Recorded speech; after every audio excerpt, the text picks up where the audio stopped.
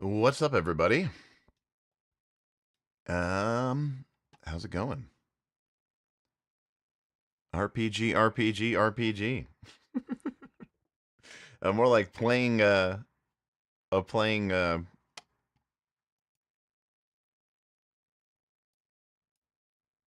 whatchamacallit, playing some video games, right?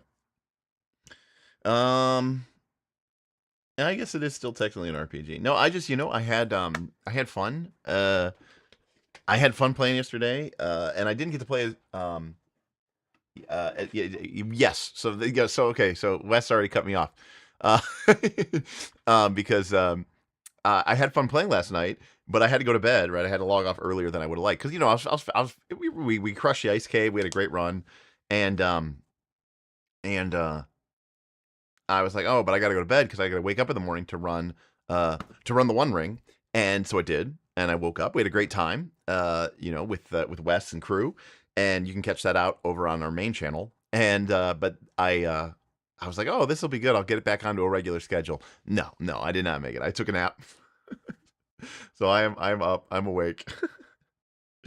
And but I had to I had to prep for the game. I had to prep for my Fab Ultimate game on Friday, whatever. And I'm still waiting for the final art so I can get my merch made for Nikon. So there's not like a whole lot for me to do right now. And so yeah, I was like, okay, I'm gonna play some more Final Fantasy. I was having fun. Well, you know what? So Adam, the people voted last Stone Week to do something different. For to interrupt Stone Month, Stone Quarter. So we are gonna do Pico this week. I'm not sure if it'll be Tuesday or Thursday, but we're gonna do Pico. And I think Sanjwise wants to boost Burning Wheel to the top. So we might actually end up doing Pico and Burning Wheel, which would be a fun little exchange. I actually saw Pico at my local game shop today, the physical copy, or maybe yesterday or something, but I didn't buy it. But all right. Let's get it going.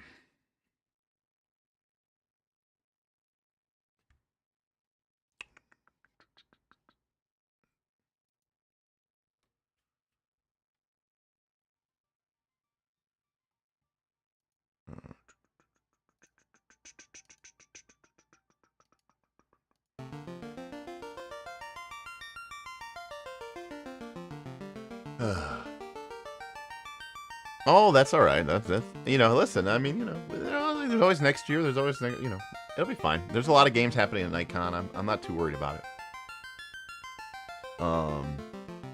Also, that reminds me that it's end of the month, so I got to do DKP tomorrow. So DKP are dragon kill points that we use for Nice Last Call to award. We do a $100 giveaway every month for people for running games, basically. But I mean, I'm not. This is what's so funny about Nice Last Call. I'm not even joking about this. Next month, because it's NightCon month, I want to do something maybe a little bit special, and I'm thinking about offering a variant of DKP. I don't know what would be the opposite of dragon kill points. I guess player kill points. I don't know. I want to encourage people to play more games because we have so many GMs on our server that we have more people wanting to run games than play games, which is a unique problem to have for sure.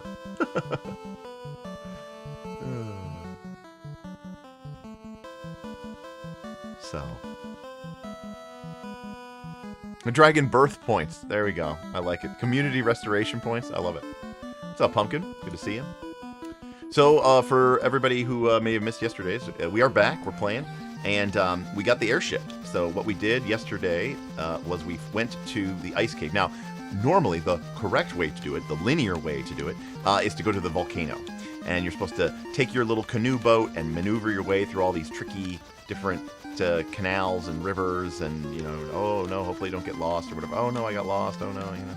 And then eventually find your way to the Gulg volcano, and there you can go and defeat Kari, or in this game I believe she's called Marilith, the Fiend of Fire. However, the game does kind of diverge at this point. It becomes a little bit non-linear, and you can go a bunch of different directions. So we went to the ice cave, and in the ice cave you get the Levy Stone, or what used to be called the floater. And then you can follow the rumors and the legends and head to the Rurgerkhan Desert, and that's where the airship is buried. And now we have airship. So because we have the airship, we can now access the northern continent. And so there's two northern continents, the northwest and the north continent. And so that is where we're headed. Now we went to the Dragon Islands, where the king of the dragons, Bahamut, charged us with proving our worth. And to do that, we must bring back a token of courage from the Castle Ordeals, or in this game, the Citadel of Trials. Unfortunately, there's no good place to park nearby, so you actually have to kind of park a little bit far away. They're like, hey, here's an airship, and they're like, nah, but you gotta walk a little bit. I can't remember where you're supposed to park.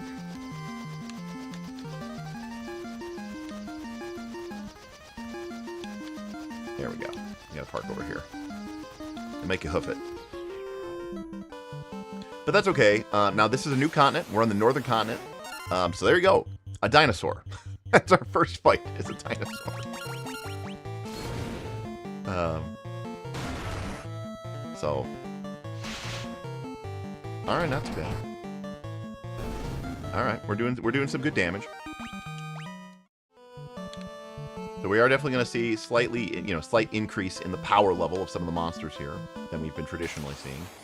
And, ooh, 2 worms.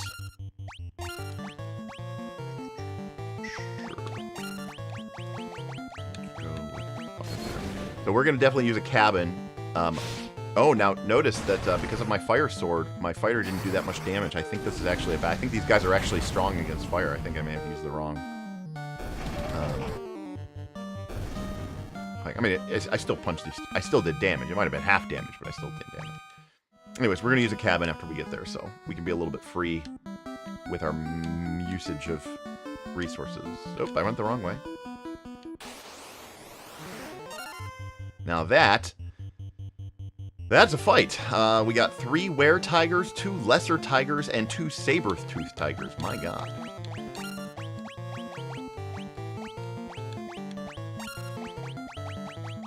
We're just going to drop fireballs. Alright, not too bad, not too bad.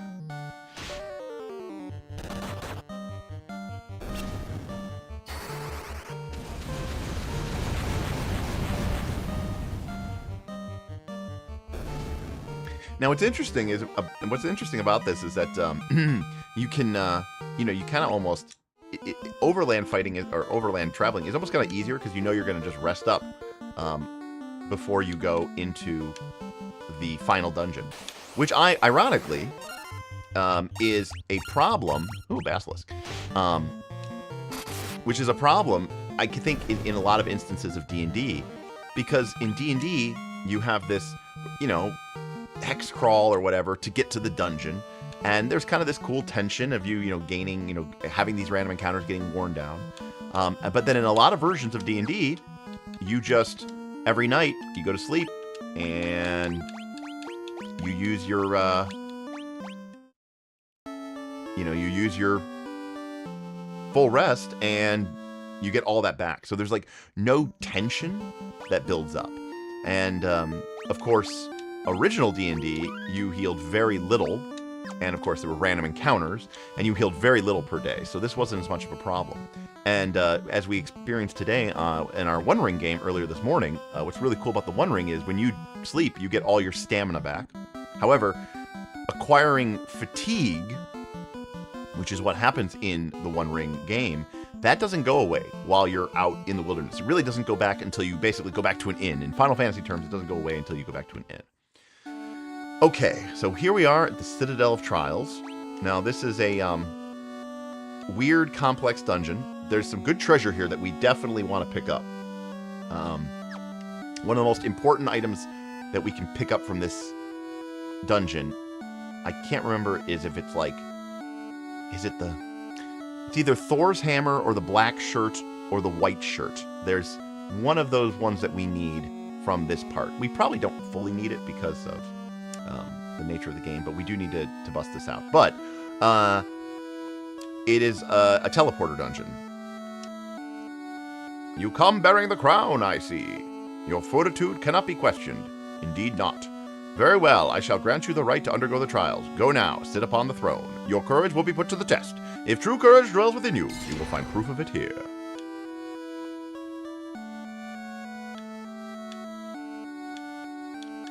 Alright, where the hell's the throne? Oh, it's over in the corner, right? No.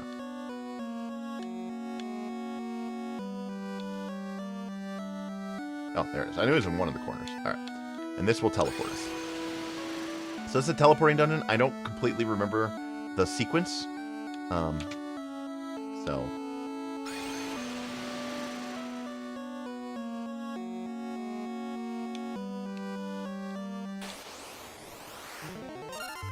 Alright, mummy shouldn't be too hard.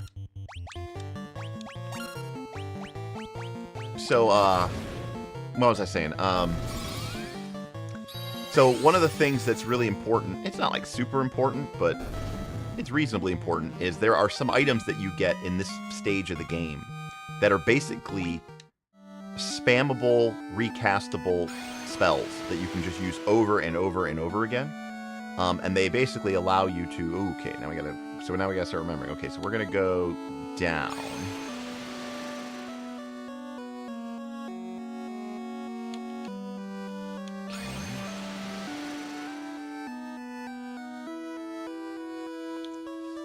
Go down again.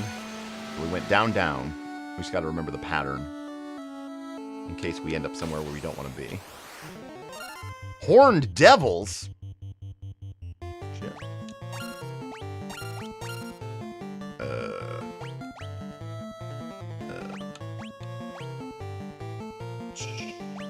Sure.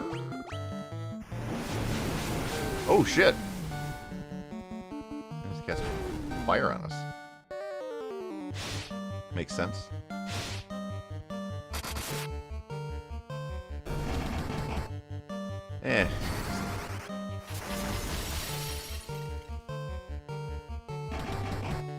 Oh, these guys must be very tough against magic. You love it when the white mage takes somebody out.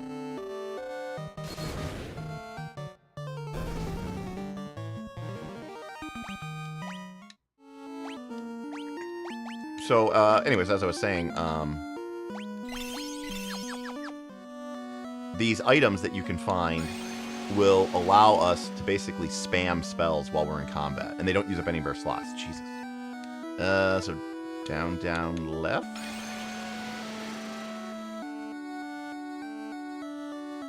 Okay, so that reset us. So let's try down. I said this is a puzzle dungeon. I just don't remember. Once upon a time, I probably remembered this like by heart, but now I don't remember it. And it's frustrating because we want to make sure we get all the chests, you know?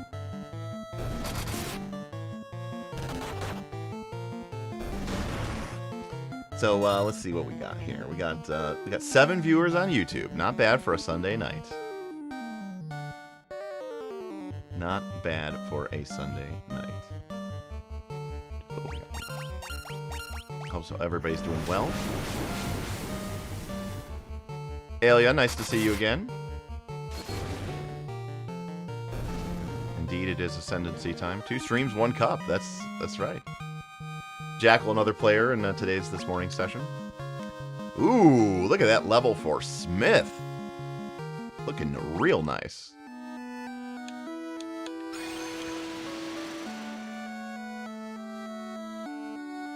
Alright. We're gonna go down, down.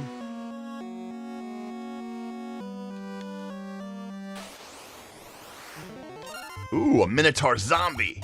Not a Minotaur, not a zombie. A Minotaur zombie. You know, that is something that I really miss about 3rd edition D&D. I loved the monster template. You know how I talked about how I don't like making monsters? That is very true. But I do love taking existing monsters, which are very iconic, and then taking templates, which are also very iconic, and slapping them onto things. That was one of my favorite things to do. And in some ways, the quick creation rules from the new bestiary from Fabula Ultima are a little bit like that, so I kind of like that a lot more than I liked the traditional Fabula Ultima building. Ooh, okay, here we go. Alright, ironic. Ooh, mind flares.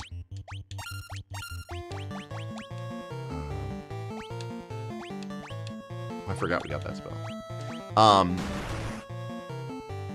So I think ironically we've already found the rat tail, but like we can't leave because like I really do want to get these really good items from this.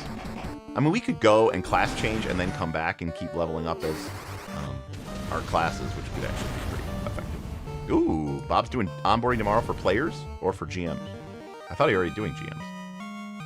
Yeah, I'm you know, I hope it does well, obviously, but I'm a little I'm always a little worried to see, you know, how the games will do, because it's not like it's a you know, I just feel bad when like I feel bad like when people join and they think they're gonna like be able to play, you know, a game every single day, and then for whatever reason, you know, because of scheduling and all this other stuff and whatever, you know, it's a mega game, right? But it's not like it's not like we have 150 players, you know? Oh my god, they got me so good. I thought that was the fucking rat tail. Alright. So, we got a teleporter there. We've got 2 teleporters there. And we have a teleporter all the way around on the other side of the room. Jesus Christ. Well, screw it. Okay, that took us back to here. So let's go down again. Now, I'm curious. Ooh, it's dragon zombies. Sick. I never did get higher level Dia. I'll just use Dia. I'm curious. I'm not even going to do a poll because there's not that many people in chat. Do you, like, if you were playing a dungeon, like in a TTRPG, and it was, you know, kind of like this, right? Where you have, like, teleporters, and you're kind of having to, like, go back and redo it, and back and redo it. Would you find that frustrating, or would you find that fun?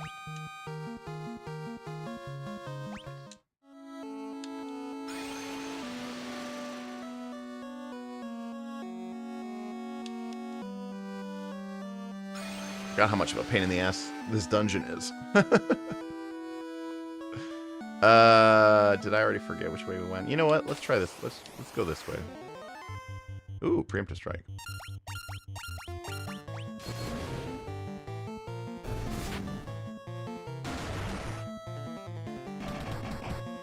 I will say, I think that the dungeons in the second half of the game, I think, are a lot tougher. I mean, I don't even necessarily know how to get out of this dungeon right now, by the way. So it's not like even like I could leave if I wanted to.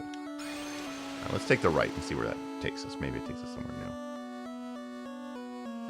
Okay. I think it took us back to where we wanted to be anyways. So we don't want to take that teleporter. That teleporter doesn't take us anywhere. More dragon zombies.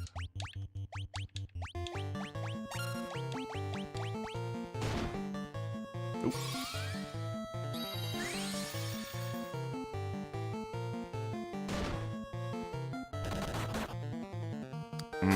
Interesting.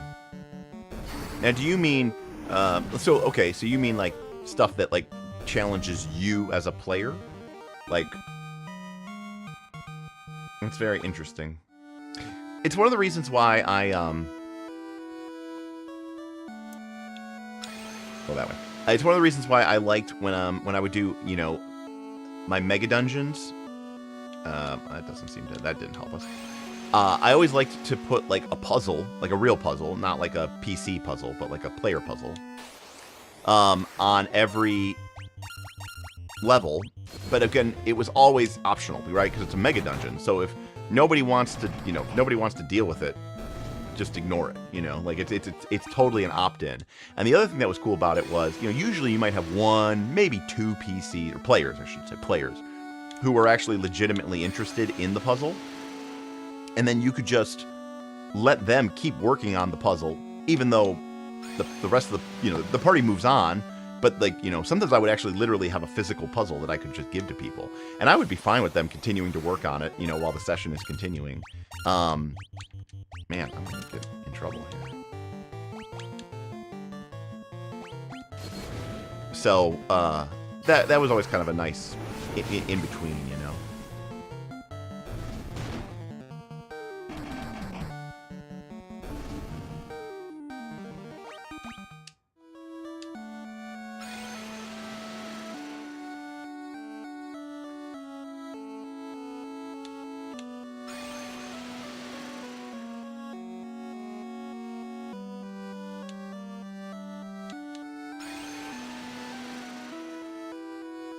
I think I should have gone right there. Damn it. I think I should have gone right.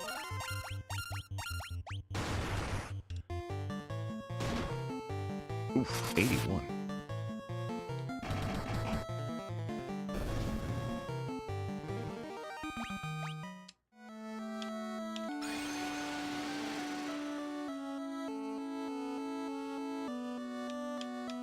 Well, right, like that's the problem with, you know, 5e, well, with a lot of RPGs, right? Which is that, like,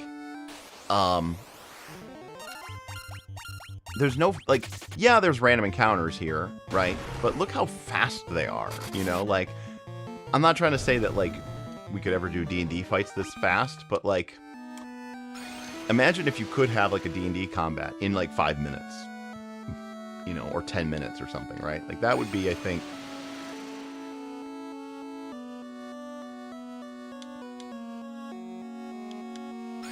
I feel like I keep making the same choices and I'm, like, stuck in a loop, and I don't know that that's Nimble, though. Nimble's still grid-based. Anytime you have grid-based, it is going to be slow. You have to set everything up. You have to drag the tokens on. Everybody's still got their action points, their pips, their movement. I haven't played, you know, Nimble, but, like, I believe it's faster than, you know, D&D. But, you know, do I think it's, like, that fast? Probably not.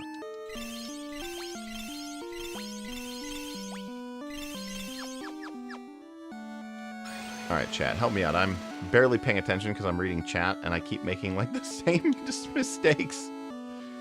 Alright, I want to go down and then up, I think. No, I wanted to go up there. Damn it. I've been down this corridor 8 times.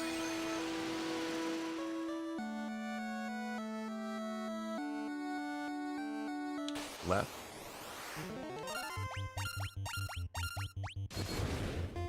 This is where chat goes, Derek, we're not paying attention either. And I'm like, shit.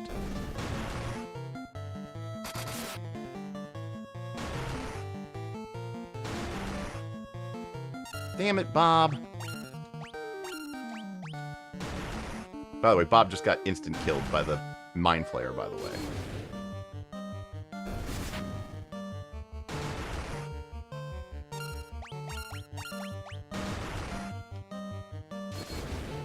Yeah, shit's tough.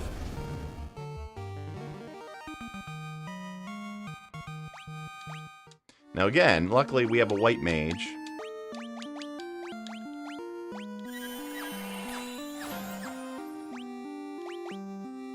Well, part of the problem is, right, with speed. All right, which, okay. Do I go right here?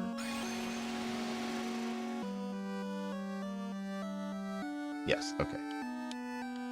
That was a mistake. Is with speed, right, you lose, ooh, Rakshashash.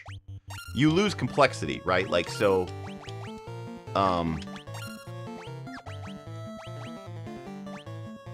actually don't know what to cast here.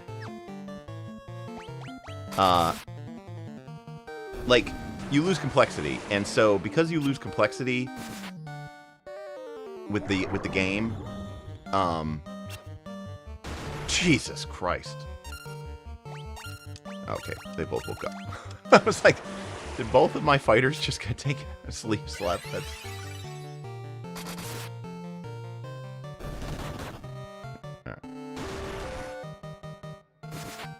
Anyways, is that, you know, obviously this is fast, right? But it's very simple. You know, original D&D was very fast, but it was also very simple. You know, the moment you start adding in complexity, right, the game becomes, it's going to slow down. And, you know, that's the price you pay for it. So it's like, yeah, you could probably have a really fast game, but then at what cost?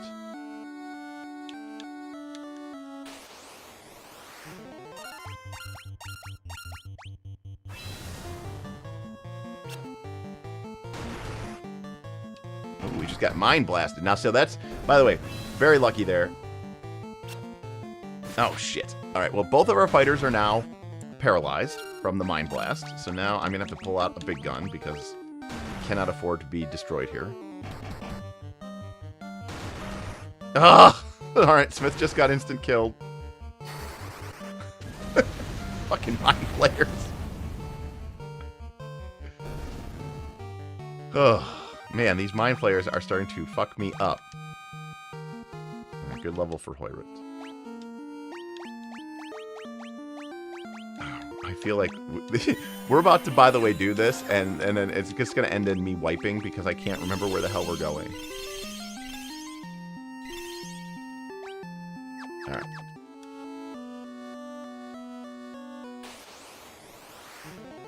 All right, thank God. Just an ordinary fucking Minotaur zombie. Mind flayers, my God. Oh, to be clear, if a GM introduces a puzzle, Alia, it's because the GM wants to throw a puzzle at you. But it's like because they want to, you know, they want to challenge the player, right? God damn it, that was the wrong way too. Come on, chat, we're getting fucking killed here. All right. Now this is where I think if we go up, it shortcuts us. This is where I want to, I always keep going down here, but we wanted to go up.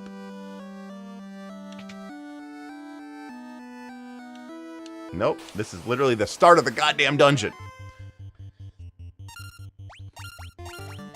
And we're getting cooked here, Chad.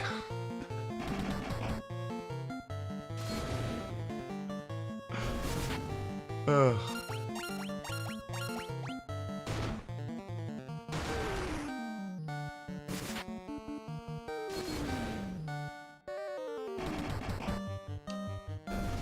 No, I know what you mean. I'm just saying that it's about challenging the player, not the player character. It's very non-diegetic, is what I'm saying. And I think trying to make it diegetic, I think, comes off as even more try-hard, right? I think, maybe.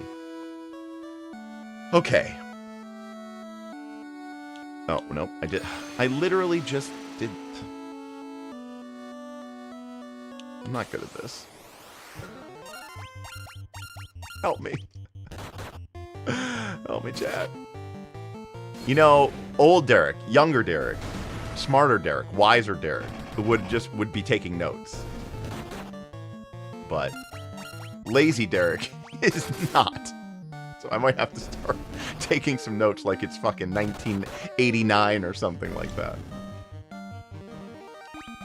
But don't you see, look, we're being challenged, right? We can't just brute force our way through it. All right, you didn't get me that time, dungeon.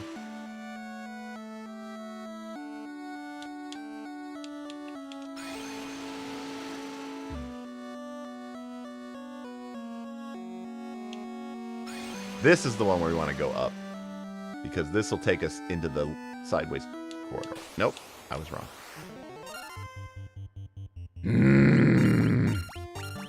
That's what you want? You just want to brute force your way through? I mean, at least you're honest about it.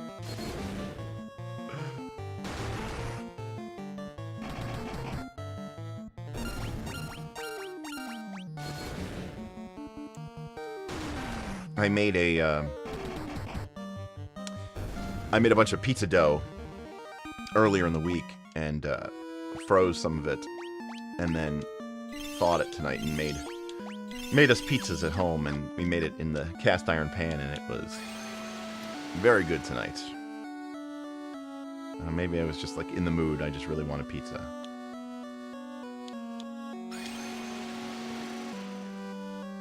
But it was really good.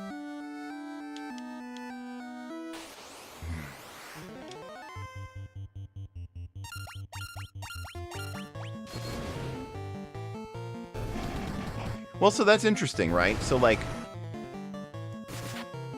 you say that, but, like, does that mean you don't want to make...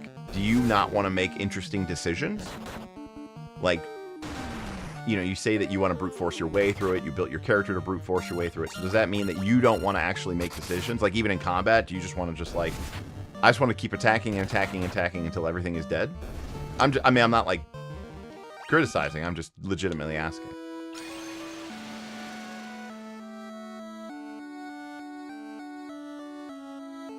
Alright, I always make the wrong mistake here. We're in the upper left quadrant. And in the upper left, I think we want to go to the right.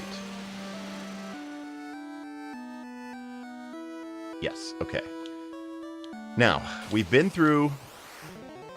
Oh, fuck you people. I mean, I could flee, I guess. Is discretion the better type of valor? Let's try fleeing. I don't want to die anymore.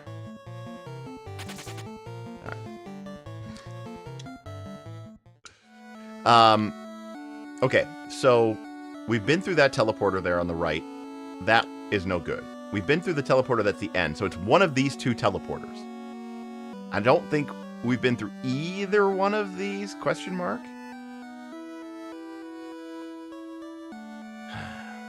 So I'm going to try the one that's straight ahead.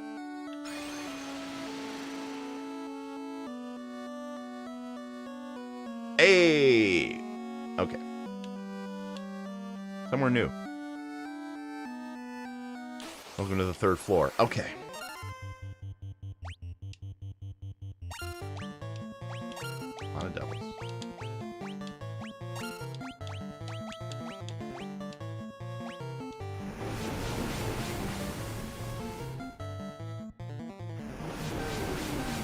I swear, every time my white mage casts a resistance spell, every single enemy goes first. Like, without question.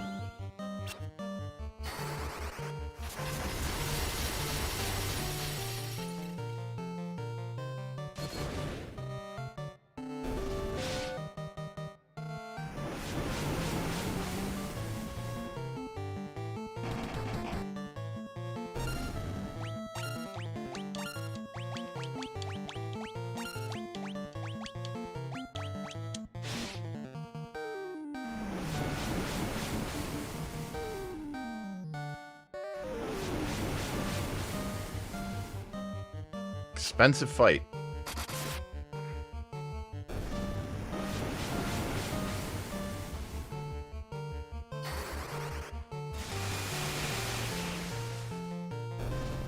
Define good, Selden. I mean, I think it's a classic. It's, challenging.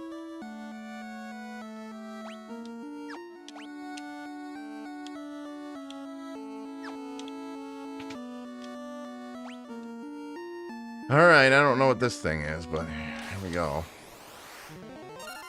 Nightmares.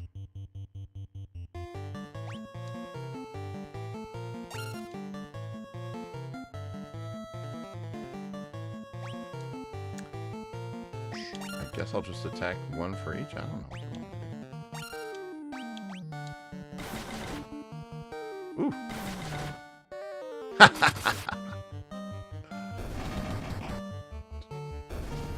Not a problem. Selden, why do you enjoy gambling but not solo games? Don't they both equally lack competition? Yes, but I'm not gambling for the competition. I'm gambling to try to win money. I'm gambling for the dopamine rush. Okay, so this is huge. So this is the healing staff, okay? Oh, by solo games you mean non-competitive games. Oh, yeah. Correct, yes. Well, no, I am competing, Selden. I'm competing against the casino. And if I win, I take their money. And if I lose, they take my money. So, I am competing. In fact, I'm competing for money. So this is huge. So, here's the deal. We're not actually going to equip the healing staff, right? This is going to get really boring really fast.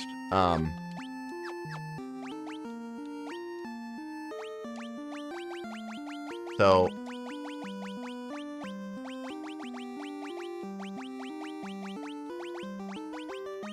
okay. So this item isn't really that good. Obviously, you can see that it, and this is actually like secret tech of this game. So, you know, you might think, oh, healing staff, I'll equip that to my white mage. No, that's not what you do with it.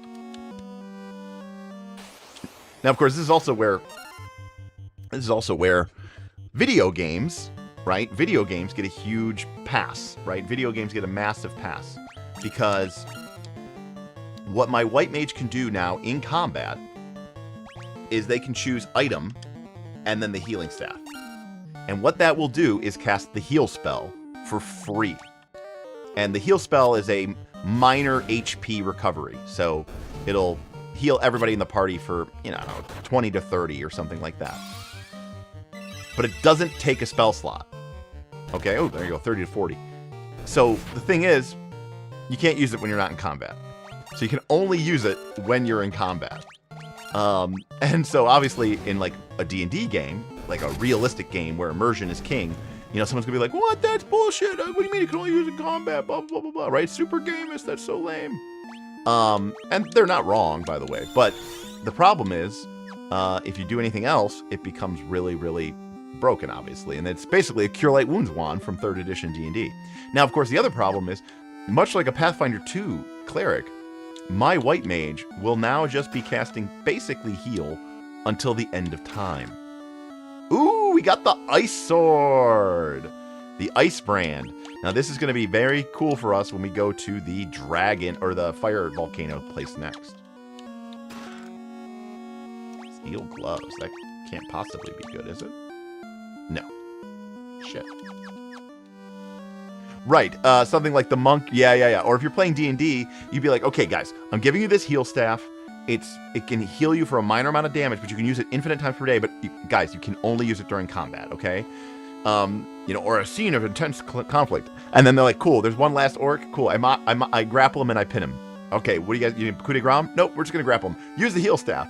Or there'll be some sort of weird thing where you're like, oh, okay, I'm going to use 2 actions to use the heal staff. Then I'm going to use 1 action to hand it to the next guy. And then the next guy takes it and goes, I use it. And then I use an action to hand it to the next guy. And then I take it and I use an action to hand it to the next guy. Or something, right? Like, people will engineer the fun out of it, right? Oh, fuck you people.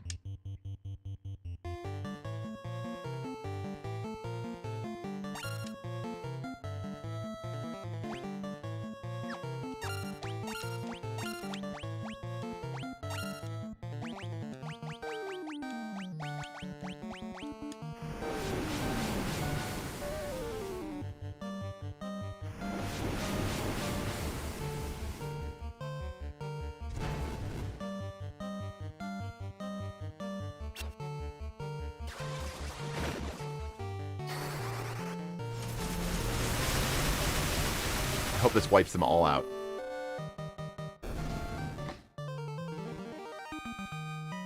Woo! Mage is gonna mage.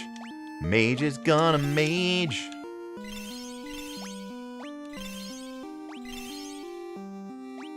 Alright, we're down to 44 potions.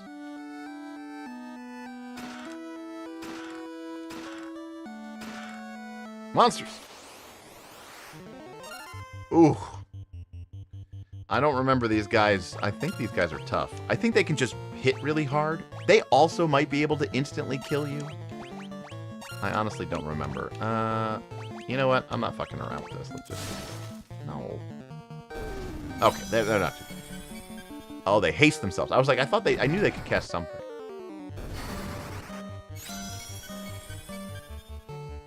Here I was thinking this was going to be a tougher fight than I thought it was going to be.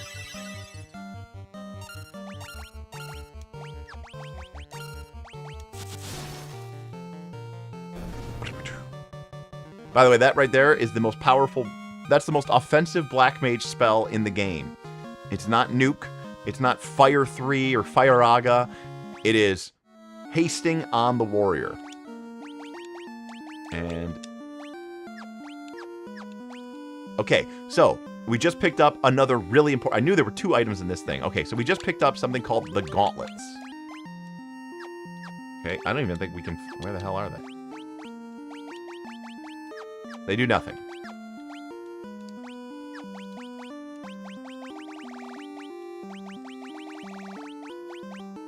Okay, so now that we have the gauntlets, our Black Mage has something to do. So these are Thor's gauntlets. Let's heal up to full. I think we're actually finally at the end.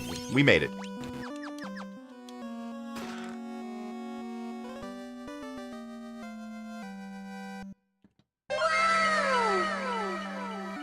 We obtained a rat's tail.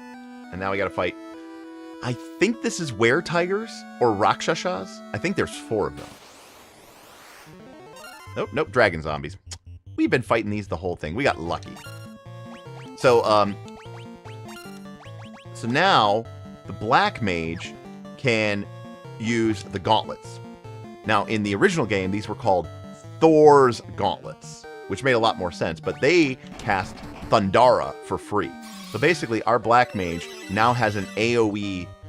It's not the most powerful AoE, but our Black Mage basically now has an AoE that they can cast for free every round. So that doesn't take up a spell slot, right? So that's what's really cool about it. Easy peasy lemon squeezy. What a nice level for our white mage. I mean, it would have been nice if she picked up some intellect, but you'll love to see it. We did it! Yay!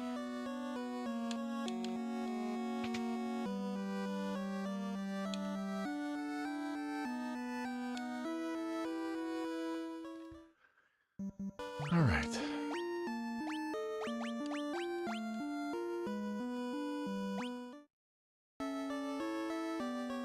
Not gonna waste a cottage. We'll just use a sleeping bag. Just a precaution. All right, we are level 30. So now we got to head back to our airship.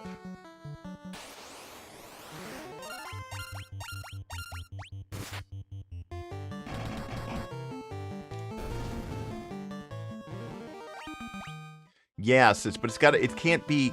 So this is another problem, right? Like, okay, there's 2 ways to think about D&D. One, like, so let's say that the dragons are like, you must obtain the token of courage, right? And the token of courage is the rat's tail. Now, the 2 ways to think about this is, one, you're like, oh, that's cool. Like, we have to go and play it and fight. Oh my gosh, Shai Halud. We have to go and we have to fight, you know, and go to the castle and go through it and get the rat's tail, and that's really cool. And then there's other people who go,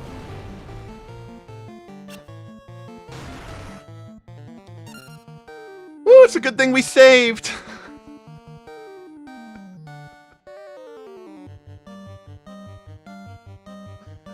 Alrighty.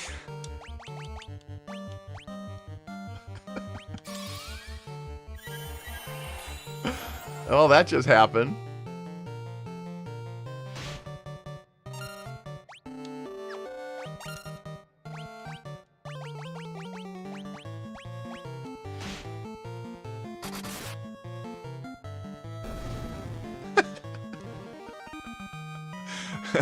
Oops.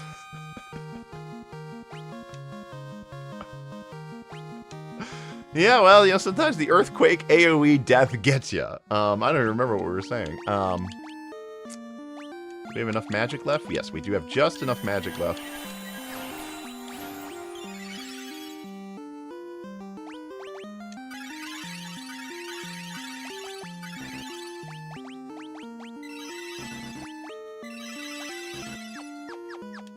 Yep, that's our 15-minute victory.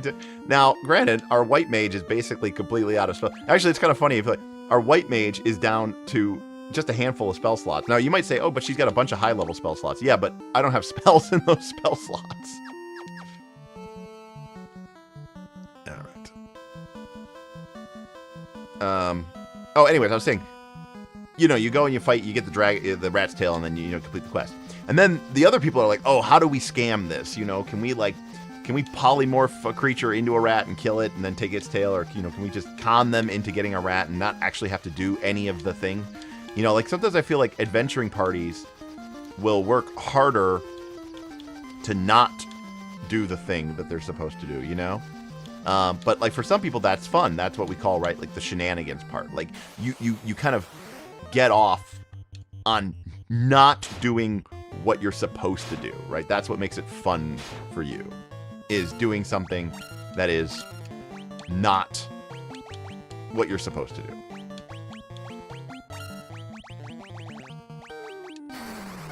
Oh, nice. I love it when the mage goes first.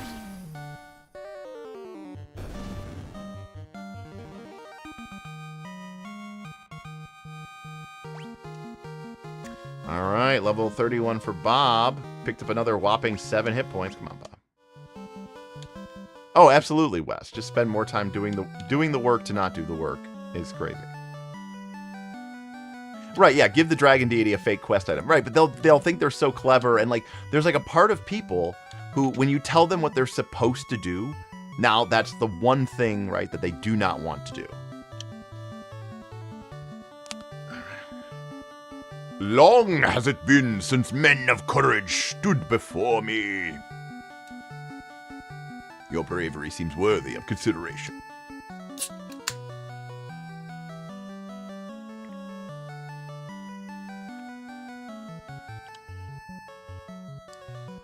We shall be honored with titles befitting our valor.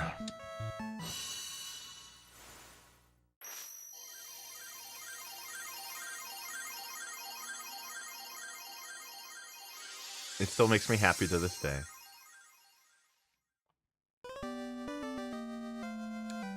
By the way, all right. As you can see, we have classed up. Class change. Smith is now the knight. Bob is now the master. Amblade is now the white wizard. And Hoyrit is now the black wizard. So a couple of things change. One, so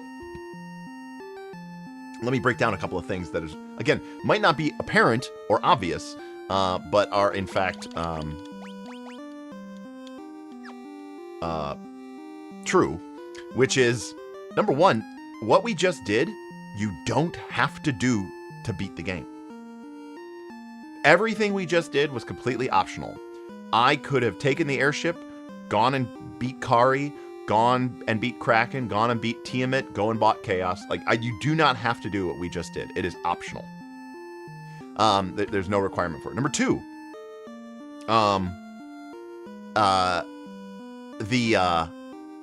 number 2 is when you make this change, it changes what you it changes what kind of armor and weapons you can equip. In the case of like our knight, not really a whole lot, but like the thief becomes a ninja, and the ninja can equip more armor and more weapons. The white wizard and the black wizard can use some of the highest level magic. So that's number 2. Number 3, once you become that class, what you gain on level up changes, right? So the earlier you do this, technically the better, because I think the level cap in this game is 50, I think. Because, you get better stat improvements, you get better hit point improvements. And so it's actually better to your effect to do this earlier. Now,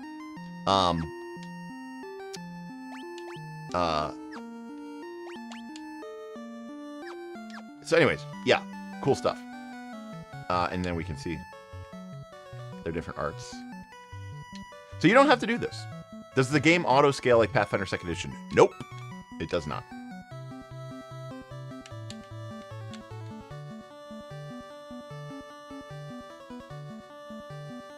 Now Wes says, no red wizard makes me sad, and Jackal says a thief tank would have been interesting in this version. Now, there is a non-zero chance that when we beat this game, we may just run it back. And if we run it back, we would do a completely different party with maybe like, like thief, red wizard. Like we would have like a big red party, or something like that, or something, something different, than the non-standard. I'm not saying that this is like the easy mode. Actually, like, easy mode is kind of like, fighter, white wizard, black wizard. I probably is the most standard thing. But like another build, I love like fighter, red wizard. But to be fair, I haven't really done too much with the thief ninja stuff because, again, as I've said before, thief was broken in the original game, and so it didn't really work the way that you would want it to. So we're going back here to the starting town, and because our knight can learn magic. So now our knight can learn some cure spells, and they'll learn, they cannot learn all of the spells, but they can learn some of them. So now we're going to fly around, and we're going to go back to some of the original towns, and we're going to buy up the item, or buy up the stuff that we didn't get a chance to. I think having a thief tank would be really cool with high evade. Like, that'd be neat. And, is it as powerful as the,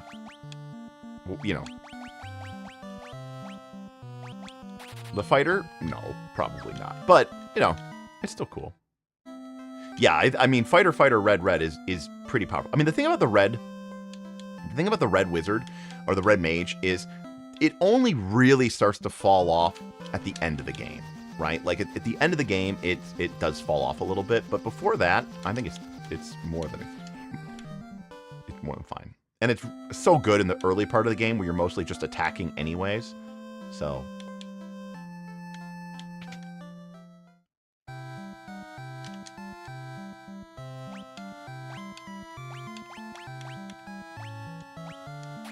I'm never actually going to cast this spell, but, why not? It's like one of those things where it's like, no, I don't. No, I don't need these spells, but I want them anyways, Plus, with an airship, it makes it super easy. Barely an inconvenience.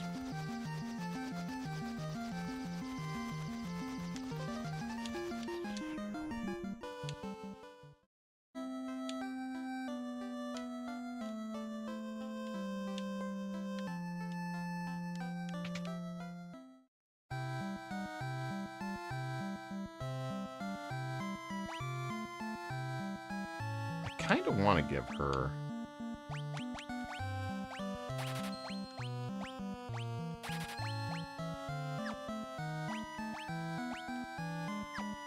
So, actually, I'm going to have her... forget heal. The reason I'm having her forget heal is because now I have the heal staff. It's like, there's literally no reason for me to have that. So, I can just cast it. I will. And I would never cast it out of combat, so it's fine. By the way, heal in this game is the AoE party version. Cure is the single target version. It's not like some of the more modern Final Fantasies where you can just take a spell, like a cure spell, or even a damage spell, and then you can tap it to make it hit everybody or one target. Instead, it's just, you know. Alright. We've gotten to the limits of what our knight can cast, which is fine. Let's be honest here. We're not doing this for him for that. Now, where are we at magic-wise? So, we still need some level 6 magic, and level 7 magic, and level 8 magic for our white wizards. Unfortunately, we're probably not going to have the money to afford any of this. So there is that. However, I'm trying to think what... Is it this time? There's a spell that we really want to get called Exit. I just don't remember what level it is. I think it's in this town. There it is, Exit. So, Exit is a 6th level spell, but it is not learnable by the white mage. It is only learnable by the white wizard, which is specifically why she has an open slot for it. The reason that we want Exit is because this spell will instantly teleport us out of the dungeon. So if we get down deep and we are in trouble or we need to escape or whatever, for whatever reason, we can cast Exit and get out. Go me for remembering this. Again, I don't play many video games, but the video games I have played, I've played a lot, and yeah. Say what you will about me, but that is true.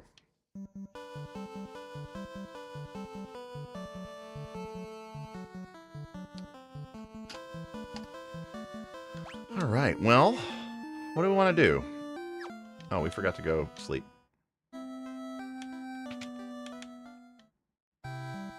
Well, you know, and again, it's kind of part of that philosophy, right? Of like, as you get to higher level D&D. Higher level D&D, it was supposed to be kind of like, you know, like a victory lap, you know? Like you get to this point in the game and you're like, yeah, now you have an airship. Now you can teleport. Now you can cast, you know, Exit and just teleport out of the dungeon. It was never supposed to be like, nope, it's just as hard at level 19 as it was at level, at level 2. No, like, you know, you're supposed to feel that advancement. You're supposed to be like, wow, look at this. We're actually getting stronger and doing cooler shit. And stuff that used to be kind of a pain in the butt isn't as much of a pain in the butt anymore. That's cool. Yeah, I don't want that spell. It's too expensive. Like, this is one of those situations, too, where, I mean, we don't have that much money, right? Like, we will take Curaja, and we will take Diaja. But see, like, we're already back down to 35,000 gold, so, like, we can't really afford too many more spells. So again, there's still 8th level magic, which is back here. But I think that's 40k. I don't think we can afford it. Yeah. Let's see if we can... Oh, wait. Can we stealth stuff this person? Oh, come on. I'm just seeing if we have some random shit in our inventory that we can sell that maybe can get us over the hump. So we can buy one level 8 spell. And again, not a great ring, but it makes you invulnerable to instant death spells. Alright, well, we don't need this anymore. And we don't need this. And we don't need this. As a reminder, I'm selling all the items that weren't in the original Final Fantasy. That's why I'm selling these. Ooh! We can sell that. We just got ourselves... Alright. We just got ourselves a level 8 spell. So now the real question. Which level 8 spell do we buy? We can only afford one. So we have... Stop. Stops time and paralyzes all enemies. Banishes enemies to another dimension. Or Kill, which kills one enemy. So, Warp, AoE, enemy banish, Kill, kills one enemy, or Stop. Stops time and paralyzes all enemies. Or, we have Holy. Damages all enemies with Holy Light. So our white wizard gets basically, you know, sort of a white mage holy meteor. Null all, which reduces damage from all spells by half. Or Dispel, which completely negates one enemy's magical defenses. It's not actually as good as most enemies don't really cast buffs on themselves. So, choices to be made. For sure.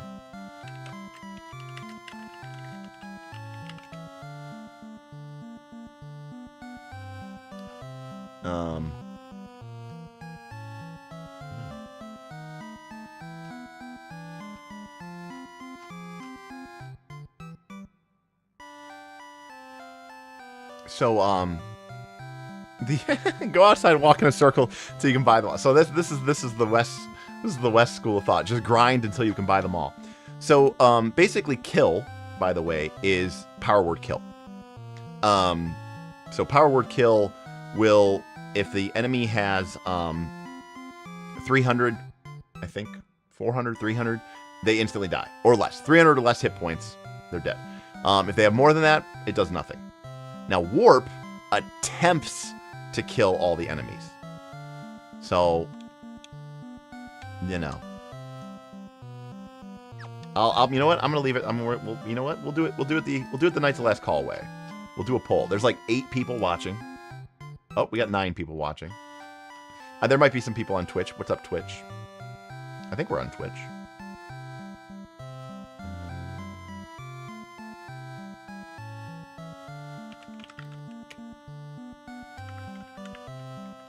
Yes, there's the 2 bonus shops. The one has Life 2 and the other one has Nuke. Those are in Leflin, which is... We have to... Yeah.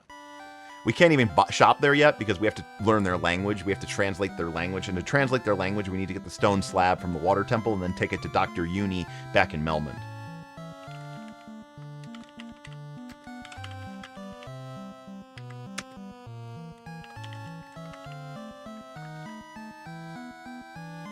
All right. Poll is up.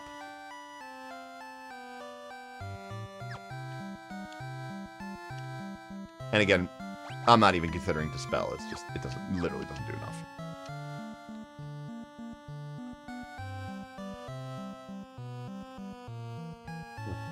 Oh, Stop. So Stop, by the way, just attempts to inflict paralysis on every single enemy.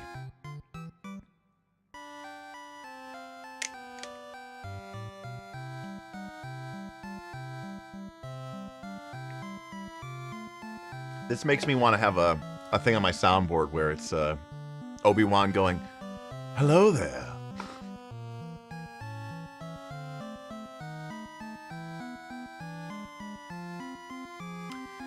I haven't taken a look at the VOD yet, Jackal. How did it turn out? We did have obviously some technical difficulties with Wes losing power / getting warped to a different dimension.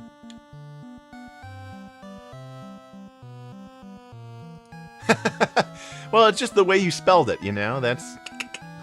We got it. Alright, well, with 2 votes, it's going to be Stop. Alright, we got our first level 8 spell. Ironically, our Black Mage still doesn't have any level 6 magic. Oops. But we're broke. We now have, we probably have enough money for level 6 magic. Where do we buy level 6 magic at?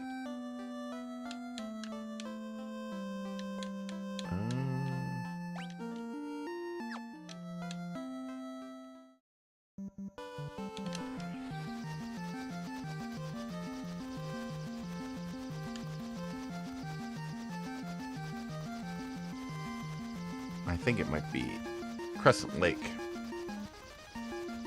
Dragon Warrior is goated too. Okay, that was my very first RPG. I played Dragon Warrior before I even played Dungeons and Dragons. My very first RPG was a JRPG, and it was Dragon Warrior. And I've told this story before. It's because I got a subscription to Nintendo Power, and as part of your subscription to Nintendo Power, you get you could either get the strategy guide issues, or you could get one free game. And of course, I was how old? I was like, I want a free game. So I got a free game, and it was Dragon Warrior. Not Dragon Quest. It was the American version. It was Dragon Warrior. So, okay, these are 13,000. We can literally buy all three. So we're going to get Thundaga. Sure. Death. And Quake. It was super effective against us. So technically my very first edition of D&D was the Black Box Basic.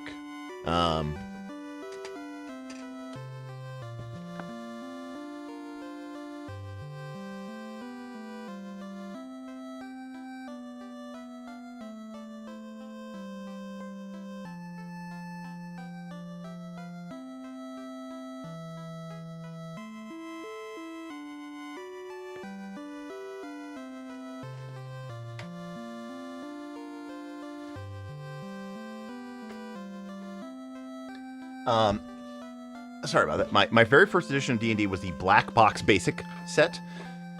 That came out, I think, in 91. So I was 9 years old. And that was my very first D&D. So Black Box Basic was like the 5th edition or 4th edition of Basic. Let me think. John Eric Holmes, BX, Beck Me. It was the 4th edition of Basic.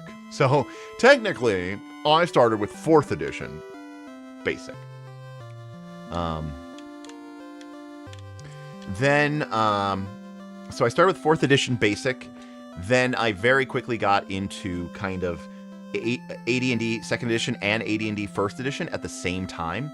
And the reason is because AD&D 2nd edition came out in 89, and I started playing basic D&D, and around that time, like when I was, a preteen, I started hanging out with my cousin and my uncle, and they played AD&D, and they had grown up playing AD&D in the 80s, and they had sort of like half switched to AD&D 2nd edition, so like it was like they were playing an AD&D first campaign, and they kind of converted it to some parts of 2nd edition, so it was this weird hybrid. So I started playing that for a while, and then when my cousin went to college, he gave me all of his AD&D books, 1st edition and 2nd edition. And then shortly thereafter, I met Aaron Smith from this channel. I met him and my other really, really good friend, who now lives in Indiana or Kentucky. No, Indiana, at the bus stop, and they were playing. They had started playing AD&D 2nd edition on their own. And so then I kind of started playing AD&D 2nd edition, and that was what I really played there for a while. All right, well, you know what? Let's go crush this fucking volcano. You know what? Because I'm in to do it. You know what? Actually, now that I think about it, here, yeah, let's just there we go. Oh, apparently that's not ground there.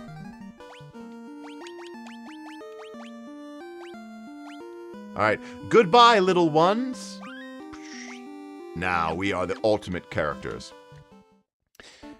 Now, this is Mount Gulg. As you might expect, walking on the lava burns you.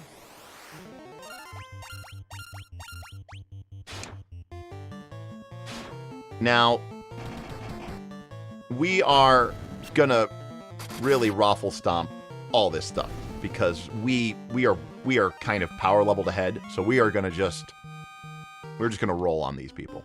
I will also add that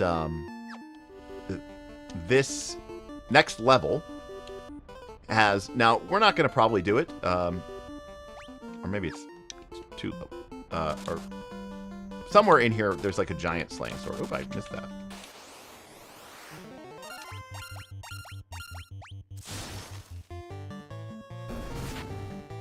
Anyways, back in the day, you could come here and you could get the giant sword, and then you could go try to kill, you could go back to the Earth Cave, and there's a hall in the Earth Cave called the Hall of Giants, where every step is a random encounter with giants.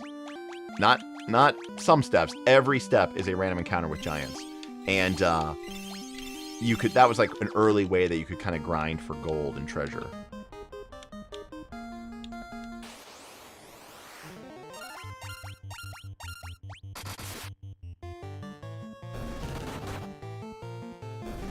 Again, we're gonna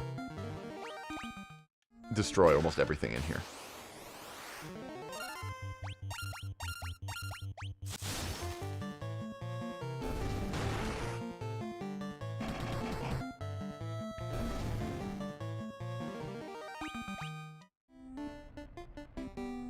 Mithril Helm, which we don't need.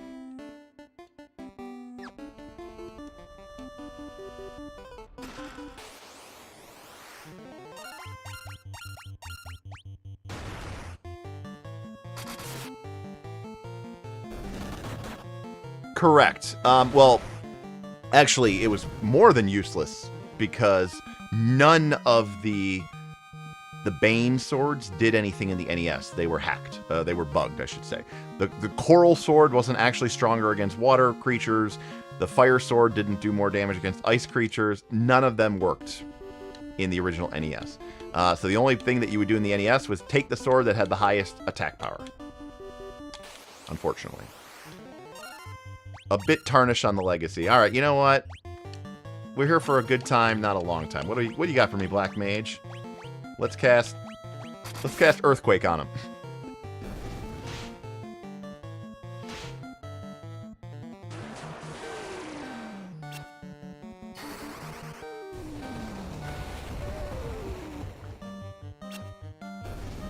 All right, not bad. You know, it took out 3 people. I'm sorry, Black Wizard. Yes, put some respect on his name.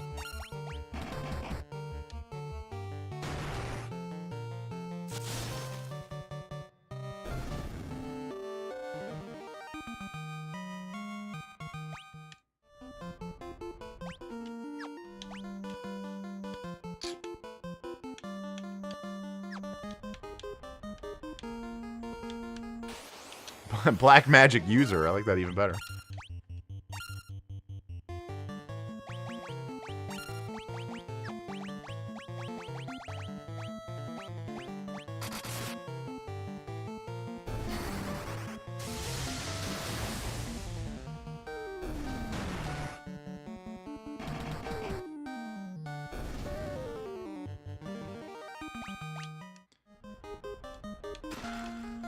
But again, you know, there's this weird thing where it's like when you play Final Fantasy, you're like, yeah, my mages are awesome, and I think they're really cool, but also, you know, I like my,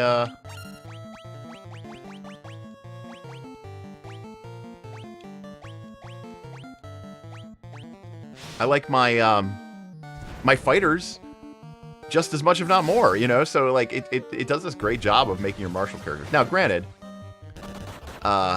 it is definitely the case that... Hey, look! It paralyzed them!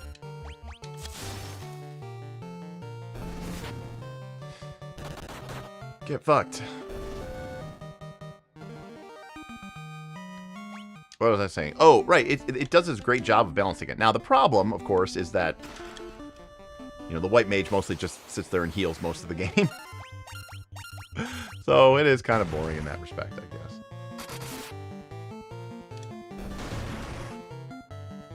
Which is probably why, when you think about the original version of Dungeons and Dragons, right?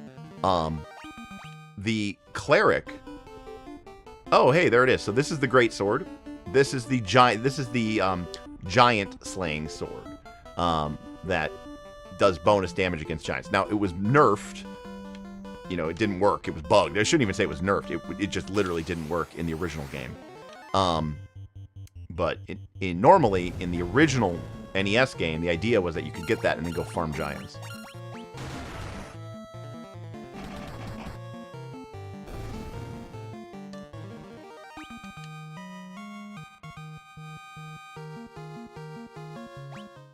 Well, that is, I mean, here's the thing. The Red Mage definitely keeps up early game. I mean, like, early game, you can equip him with a rapier, right? Which is, you know, the great weapon. You can give him myth. I don't know if they changed that in this version, but in the original game, you could even get your Red Mage a mithril sword. Of course, remember, they made the mithril sword so much cheaper in this game. They lowered the prices on everything in this version of the game. In the original NES game, I think the mithril sword was 4,000 gold, and in this game, I think it was only 2. So I think they've really, oh shit, they've cut everything by half.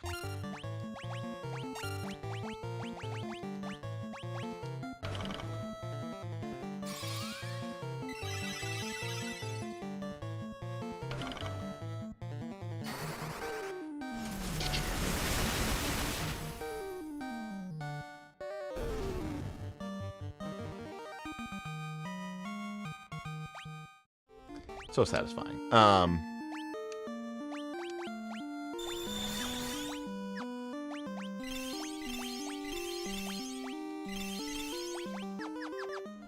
Yeah, that was actually really good XP. I will still level up here.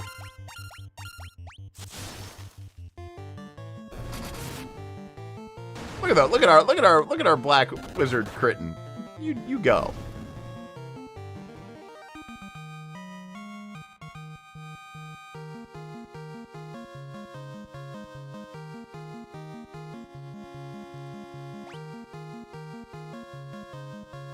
Nice. Nice level. What's up, Dadon?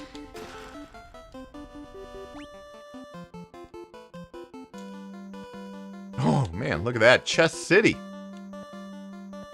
Look how much of a hook. Now, so again, remember, in the original NES, you didn't have this map. You know, look, I mean, they got it. They gave it to them. Look how much of a hook job that final door is. That final door just goes all the way up and all the way down. It doesn't actually go anywhere. The one all the way on the left, it just goes all the way up and then all the way down.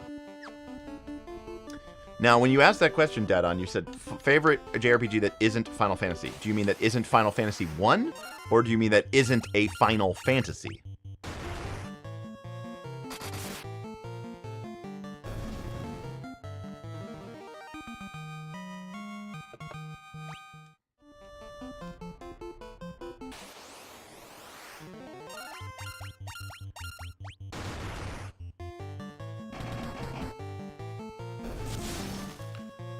I don't know what the first game I ever purchased. Well, it might have been Legend of Zelda. That's great. That's a great question. I am very fond. Again, as I said, my very first video game, basically, that on the console, my very first RPG was Dragon Warrior. So I love Dragon Warrior. I think Dragon Warrior 2 is a great game. I love Dragon Warrior 2. By the way, someone asked earlier, way earlier, I'm just randomly remembering this now. They said, who is your favorite side character, or who is your favorite sidekick from Final Fantasy Mystic Quest? And the answer is Phoebe. I think her name's Phoebe. Legend of Dragoon, very good. I mean, it was pretty good. It was, solid PS1 era. Huh.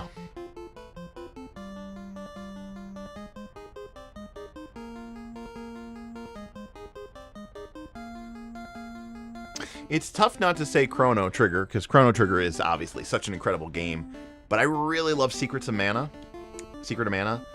So, You know, I don't know. I've never really thought about that question before. And I'd have to think about it.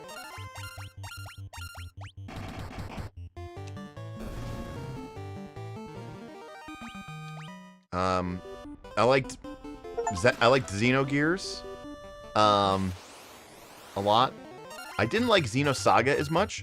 And in fact, I never really finished. I only played the first game and I never played the rest. My friends were obsessed with it. In fact, my one friend became like super into Friedrich Nietzsche and philosophy, and it like changed his whole life. I thought Xenosaga was like a bunch of cutscenes masquerading as a game, and it was really unfortunate. I thought it was boring and long, and I didn't care about the Zohar, and I didn't care about well, all the shit from that game. So I don't remember what these guys do.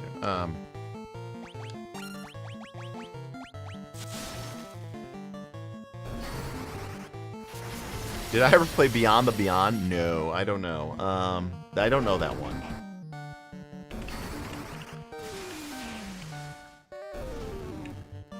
Beyond the Beyond. I don't know that one.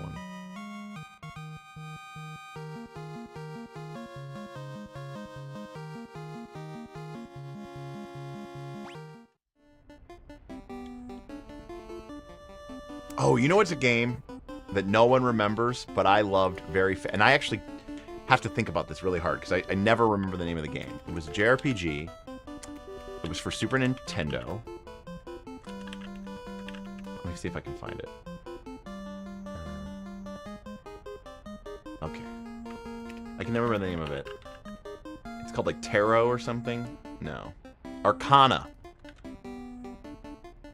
It's not really a JRPG exactly, but if you know the game, you might recognize the screenshot here.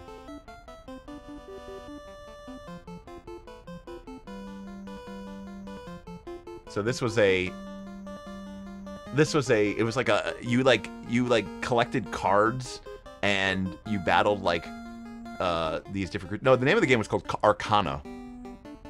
But yeah, you would get cards and you would like fight the monsters as cards, and you had these elemental spirits that you could summon. And so when a lot of people talk about Tifa being Bae from Final Fantasy, I'm like, oh no, the Tifa I know is a different Tifa. No, that was a fun one. That was a good one. I like that one. Oh man, these guys again. These guys gave us a lot of XP last time.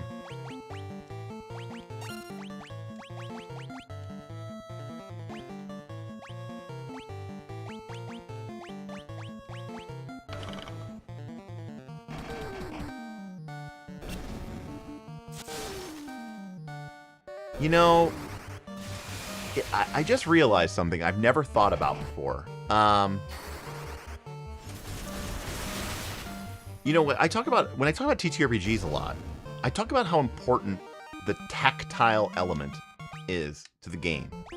And the reason I bring that up is, you know, some people will say, you know, they'll dismiss it as being board gamey, you know, but I like interacting with the game. It's one of the reasons why even with like board games, real board games, you know, I like playing it for real. I don't want to just play it on a video game. You know, people are like, oh, I love playing on a video game. I play it on my phone. I play it on my phone. I don't have to do anything. I can just like, I can be like in my bed, or I can be on the toilet and I can just be like barely hitting the phone and I can be playing a game and I don't have to do anything. And I'm the opposite of that. I like setting up a board. I like taking my board game. I like taking it out. I like sleeving my cards. Now you can 3D. I've been on a quest since I bought my 3D printers to start creating custom 3D print inserts for all of my games, even ones that I don't really play that much anymore. I like the ritual of playing the game. And you know, when we play TTRPGs, you know, my group has always used little gems and trackers, and you know, we like I always talk about how like when we were playing 5th edition D&D, Smith he didn't buy them. We just have so many dice. Smith had this set of sparkly white D4s, and he was playing a cleric. And when he would cast Bless on his 3 targets, right, Smith would say, here's your sparkly D4. He would hand that D4 to each player. And so when they would roll with their Bless bonus, they would include, you know, the sparkly D4. That was the Bless die. So it's this very tangible connection to the game. Anyways, when I was looking up the art for that JRPG that I was just showing you,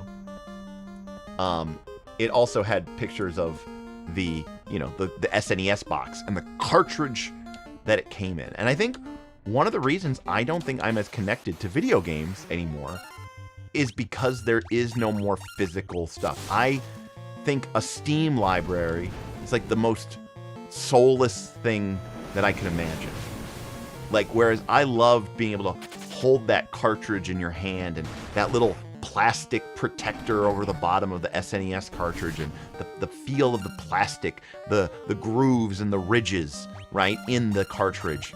The sound it made when it went into the SNES, you know, that soft click when a controller plugged in. Like, I find all those things very important, if that makes any sort of sense. And I feel like, you know, and you know, you're talking, Hal, you know, you're talking about video games, okay? When you used to buy JRPGs, like when you bought Final Fantasy, I'm talking about the Nintendo cartridge, right? It had maps in it. It had item guides. You know, it loved it. It was like this. It was like almost like the equivalent of a TTRPG boxed set. You know, I love that stuff. You know, it feels like a present.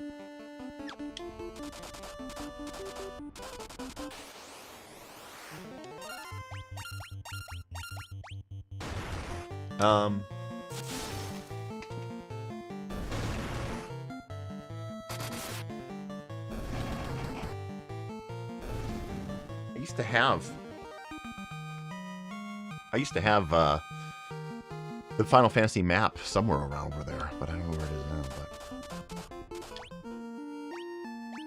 yeah, and I think people like you, Elia, have adapted to, you know, VTTs and everything being digital and soulless much better than I have because of that.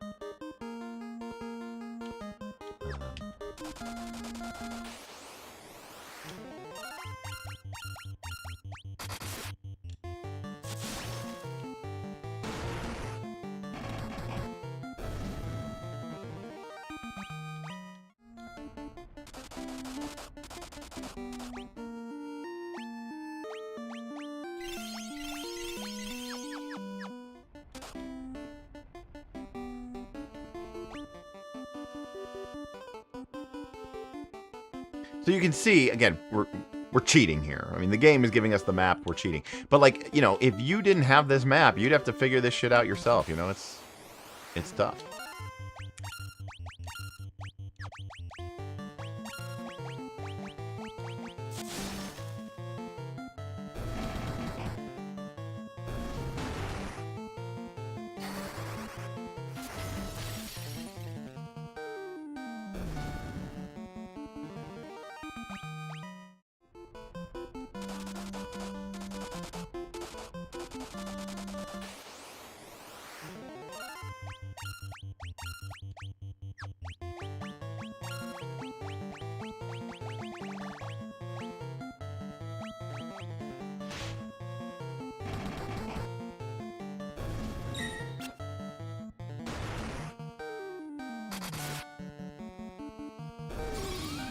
Nice, Slayer.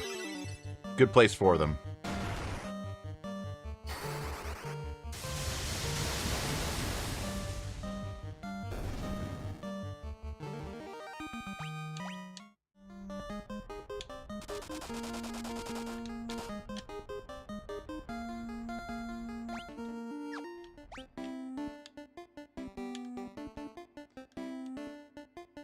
Massive.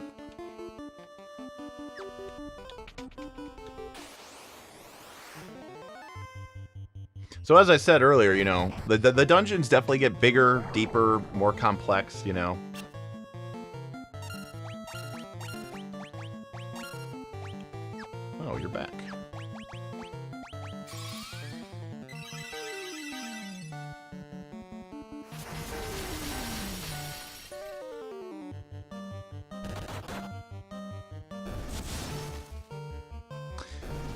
So, Final Fantasy VIII, not one of my favorites. I'm going to be honest with you. Final Fantasy VIII, oh, I got psyched out. Final Fantasy VIII is, I'm sort of famous for, not famous, but like, I, learned or figured out really early on that the boss monsters scale, right, directly to you. And so, very early, after you leave Balam Garden, you can go get the Diablos Guardian Force. And then if you, whatever, I don't think it was called JP, but there was something that you could do to basically level up your Guardian Force. And I leveled up my Guardian Force like ASAP on Diablos so that I could get Encounter Half and then eventually Encounter None. And Encounter None, as long as you had it equipped, turned off random encounters. And then I basically speed ran the game, which is to say I didn't have any random encounters for the rest of the game. I only fought the bosses, and since the bosses scaled to your level, they, you know, were only like level 20 or whatever, level 23. You know, there's definitely points in the game where you had to level up a little bit, but I basically did not like that game. I didn't like drawing, the junction system, I didn't like it.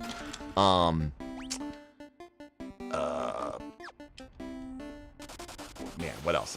Yeah, there's not much I liked about the. I didn't particularly like any of the characters. I didn't like Squall. I didn't like Renoa. I didn't really like Zell. I really didn't like Zell. Quistis was okay. I didn't really like Irvine. Selphie. There were just so many forgettable characters in that game. It was confusing. You know, Adia and Ultimacia and it was when Final Fantasy VII definitely started to get too complex for me, you know. To this day, I'll be honest with you, I don't know if, you know, I'm like, was Cloud a real person, or was he a clone, or was he a failed clone, or was he a clone of Zack, or was he a soldier, or he wasn't a soldier? I can never remember, like, and that's saying something considering how many times I've played that game and beat that game.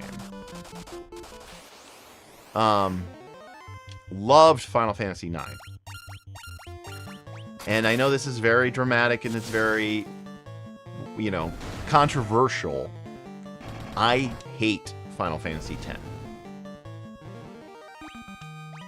So, I hate Final Fantasy. In fact, Final Fantasy X is the only I mean, I don't know that I own any of my Final Fantasies anymore, honestly, but Final Fantasy X is like, I remember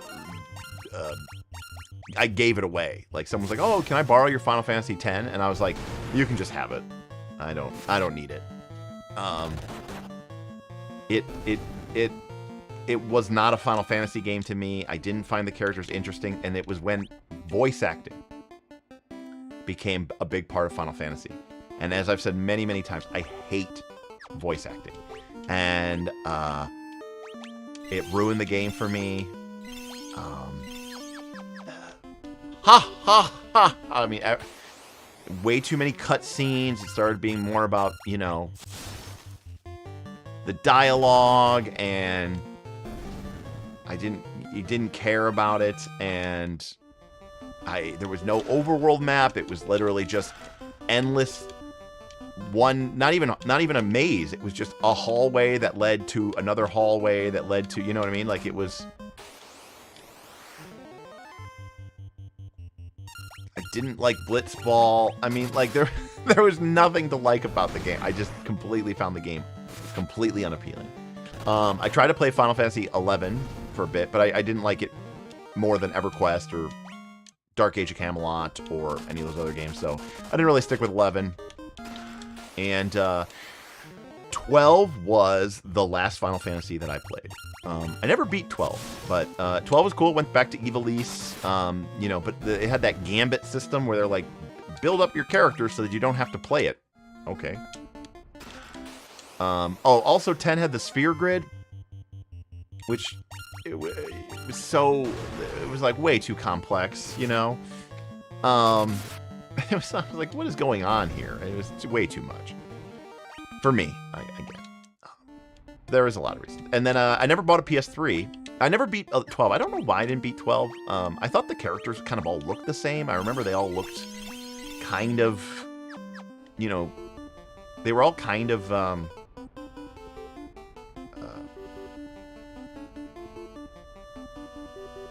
you know, they were very like all the characters were very gender fluid, and they all kind of looked the same. So I had a hard time telling them apart, like, and so I never really knew who the characters were. And I did dislike the main character a lot. I wasn't particularly fond of the girl, the secondary main character either. The princess, I think. Bothier was okay, you know.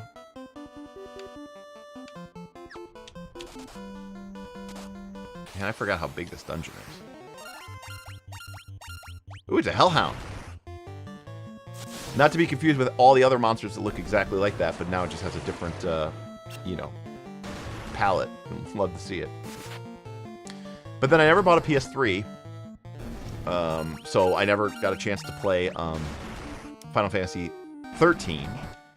And then the PS4 came out, and I didn't buy one. And then the PS4 went on sale for a Black Friday, and I bought it specifically so I could play Final Fantasy 15, because I didn't play 14 online. I was pretty much done with MMOs by then. And I played Final Fantasy, or I bought a PlayStation 4 on a Black Friday for sale. It'd been out for a while, and then I got Final Fantasy 15, and I never played it. It's still in the shrink wrap downstairs. And then I saw what Final Fantasy 15 actually looked like, and wasn't interested and never played it.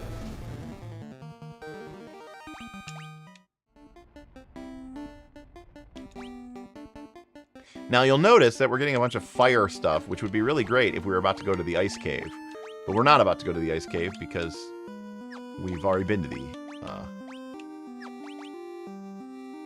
ice cave. And then somehow they came out with a Final Fantasy like 16, and I'll be honest with you, I don't know anything about that game at all.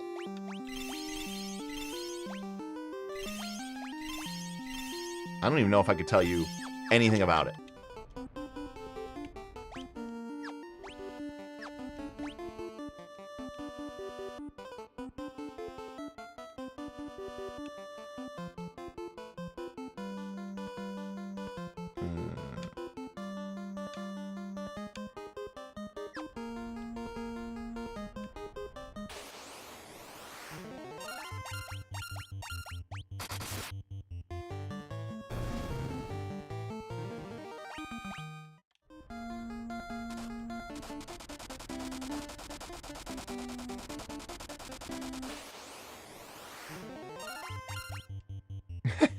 This dungeon is massive, correct? It is a massive. I think it's 6 levels or 7 levels. I don't know. I think it's 6 levels. And the levels are big. And we have the advantage, again, we have this kind of cheaty map that we can use.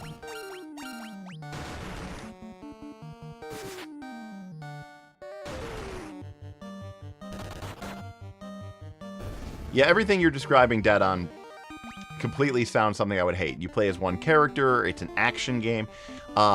During COVID, my buddy moved in with me for a bit while he was changing jobs and stuff like that, and you know, to help me out with my mortgage and stuff. And he played the first Final Fantasy VII remake, and I watched him play it a little bit, and I can't even begin, to describe what how horrible watching that experience was. It was horrible. Watching all these it was like a weird isometric fighting game. The amount of disinterest I would have had in that game is crazy.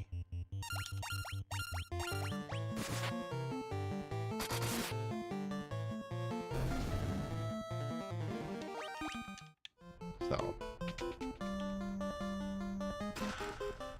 man, they are getting us good with these potions.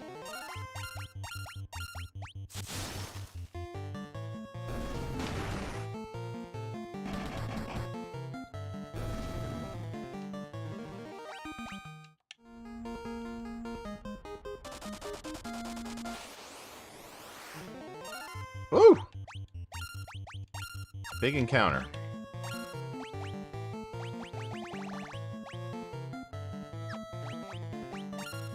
Alright, what you got for me, Black Mage? Let's quake him.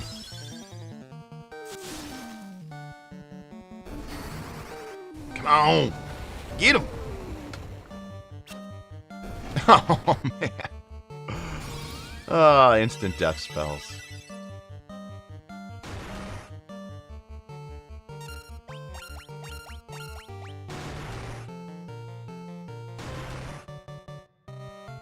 Also, if I'm being completely honest with you, you know, like, I'm running a Fabula Ultima campaign, and I'm running it on Fridays. And Fabula Ultima has seven elements. I mean, there's technically poison, but it's not really an element. But so it has 7 elements. And in my game, there are 7 crystals, 1 of each element. And the main character, the main villain, Golbez, is trying to get all 7 crystals so that he can, you know, heal the world. But in healing the world, he's basically going to, you know, erase the current one. So it's kind of a Thanosian kind of plan, right?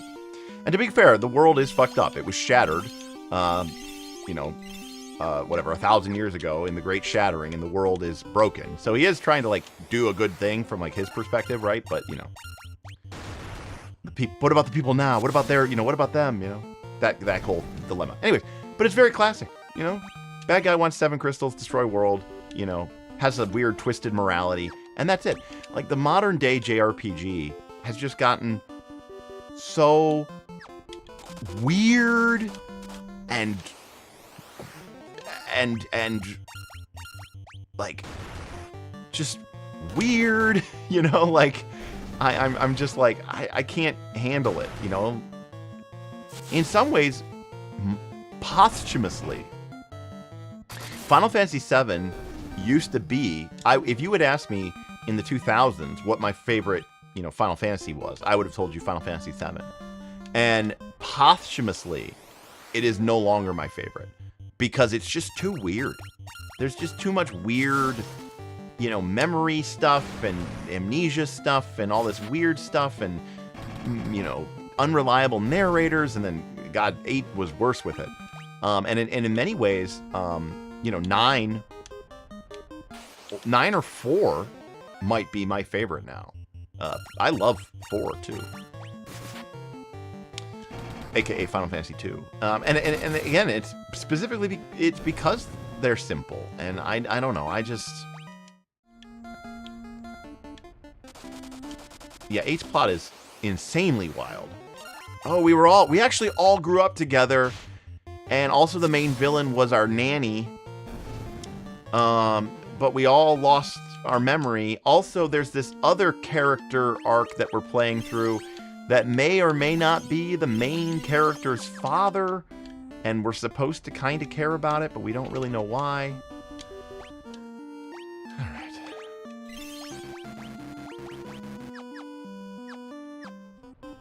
Yeah, so I love 6. In fact, I mean, my favorite character from Final Fantasy of all time is Celis. You know, so, it is, Final Fantasy VI is fantastic. I have no complaints. it just didn't grab me. I mean, the way that some of those other Final Fantasies did, you know. But I mean, I mean, Cecil becoming from a paladin is, for me, like, everything about that, even in my mind, it just burned in my mind of what he looked like the pixel art. I mean, he was such a badass coming down on that, like, such a cool.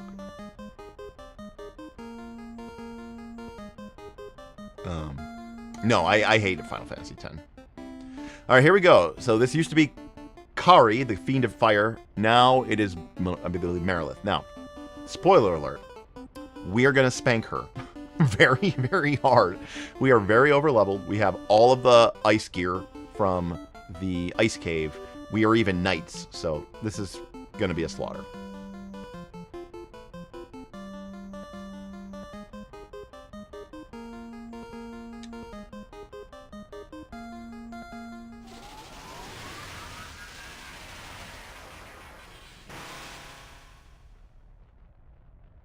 The power of the burning flame is mine and mine alone. Those who oppose me will burn in hellfire. But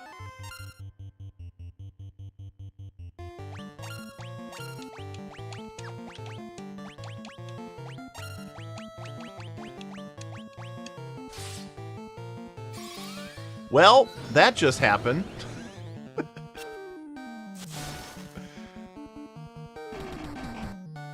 Well, so much for hasting our master and then taking this guy to school. Jesus Christ.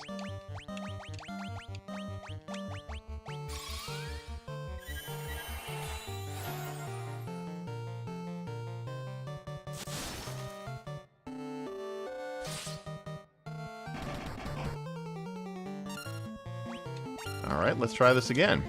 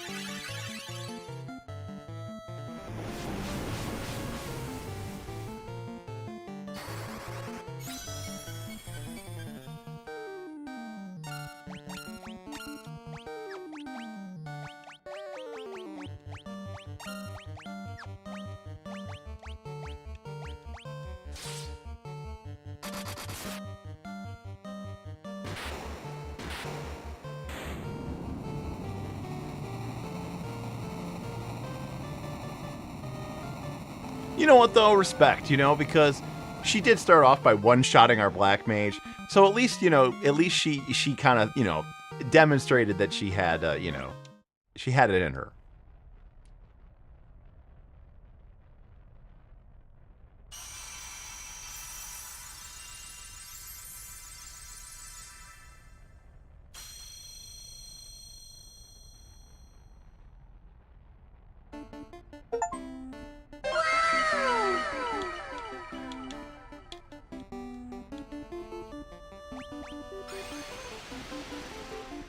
All right.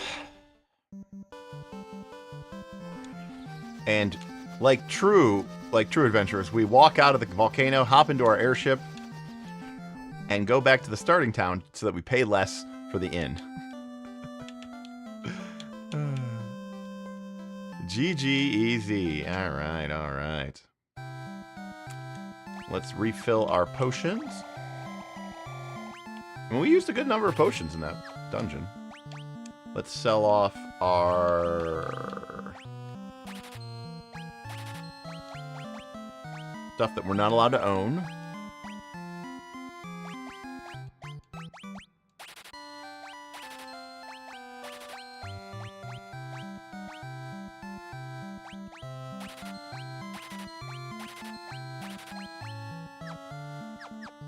Yes, Bob definitely cast Punch. It was definitely super effective. So now we'll go rest up here at the inn.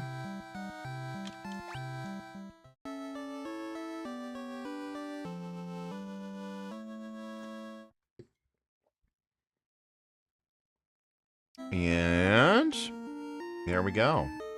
Look at that. Our knight now has spell slots. Hooray! And the Master Bob will never be anything other than a punch wizard. He literally, this character get nothing else in this game but just punch, punch, punch, punch. Great stuff. Alrighty. There we go. On our way. 2 crystals down. 2 more to go. And then I'm here to fight chaos. Well, that was the joke about making that Bob. How do I get out? How do I get out of this? Help me. Alright. Jesus Christ. Thank you. All right.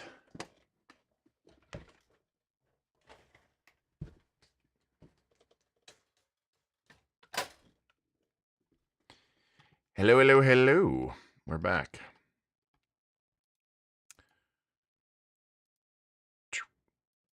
So, that was fun. Look at that. Not only did we get our class changed, we also went and beat Kari. So, you know, or Marilith. It was a 2-for-1. Correct. Yes. Yes, the one day the high level PCs show up and they're just like unloading all of the highest level stuff here. I love to see it. But yeah, so it's you know, it's definitely my it's my guilty pleasure. It's an, you know, for me it's like an ASMR game, and you know, you just go through the motions. But you know, like that's kind of what our Fabula Ultima campaign, you know, has become. Like we still, you know, we'll still spend Fabula points and we'll do, you know, fun little vignettes and add, you know, add story moments, but it's really just us enjoying leaning into the tropes and stereotypes and memes of sort of, you know, JRPGdom, and sort of celebrating all things Final Fantasy / JRPG. And that's okay, you know, because it can be therapeutic. Not everything has to be this like amazing, incredible game experience. And that's definitely my back. So, all right, everybody. Well, that was pretty awesome. We accomplished a lot there in 90 minutes. And I'm pretty here to do it. I will be interested in Sword World when that kickstarts here later. I feel like we've been waiting for that Kickstarter forever, like over a year. So that'll be pretty cool.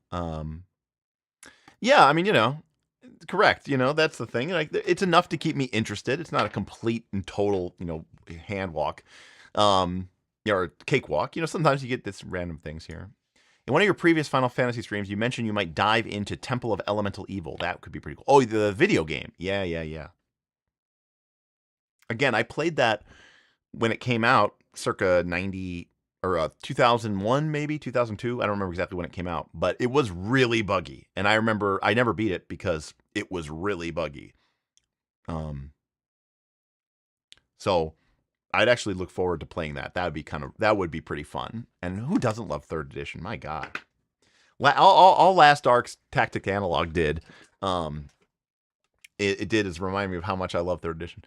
Although in this case it's like Saga Edition, so it's like the best of third edition and the best of fourth edition all in one. Yeah, exactly. I know that they released that right, the community edition or whatever, where they basically went in and fixed all of the bugs, you know. So that does seem pretty sweet. Let's see. It's no, that's my PDF.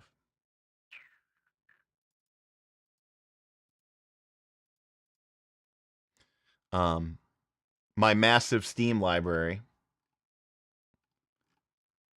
That's it, by the way. Darkest Dungeon, Divinity Original Sin 2, Dota 2, which I don't even know why it's there. I've never played the game, so I don't know. Maybe it just gets included.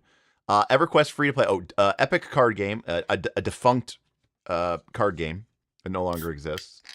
EverQuest free to play. I only got it because I got it as part of the Kickstarter when I kickstarted the actual card game. EverQuest free to play.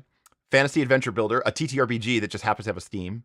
Final Fantasy, Ghosts of Tsushima Director's Cut, a game that Aaron bought me and gifted to me. You're going to notice a theme, by the way. Divinity Original Sin 2, I didn't pay for it. Aaron bought it and gifted it to me. Ghosts of Tsushima Director's Cut, I didn't buy it. Aaron bought it and gifted it to me. Gloomhaven, bought it back like when it didn't work or something, and then never played it. Mordheim, I think I kickstarted this. I don't think I've ever played it. Root, I may have played like twice on here. Tabletop Simulator, a ton. Torment, Tides of Numenera. Never played that one. Total War, I played a shitload of Total War. Total War Empire, Total War Rome, Total War Warhammer 2, 3, etc., etc. And then you don't see it here, but there's also Warhammer 40k, Dawn of War. So that's it. That's it. That's all I have. Fortunately. That is it. Yeah, 27 total.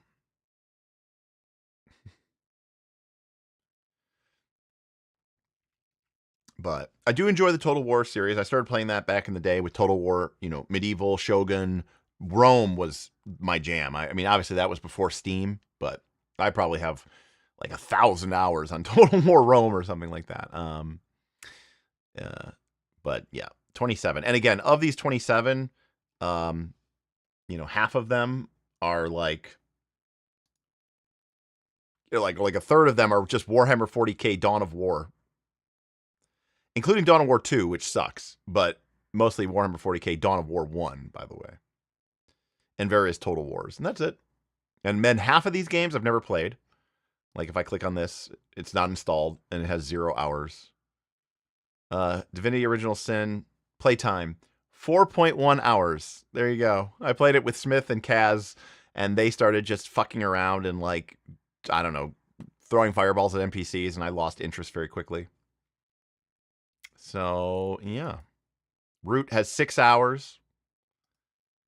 I don't know why this should actually be higher. Something must have changed. I had my original Steam account, but I probably should have like 300 hours maybe in Tabletop Simulator. Yeah, like here, Total War Warhammer 2 has 122 hours. Total War Warhammer has 8 minutes, but I think that's because I played it before Steam. But yeah,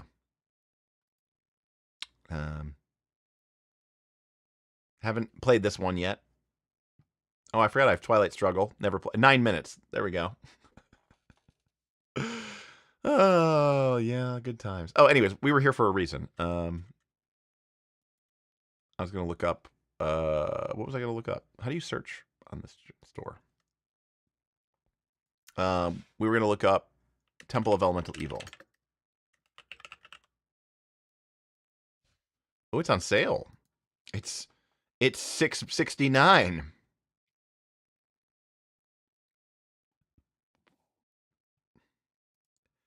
I mean, I love this. This classic. BioWare, Black Isle Studios view.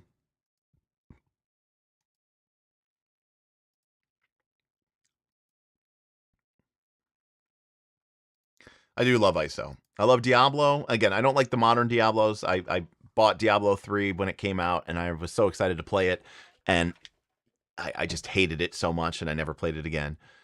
But I love Diablo 1, Diablo 2, Icewind Dale 2, Baldur's Gate 1, Baldur's Gate 2,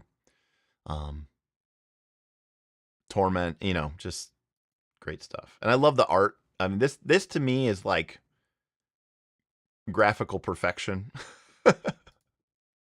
And by the way, you see this? This is my preference. This is how I want dialogue to look like. I want there to just be, little pop-up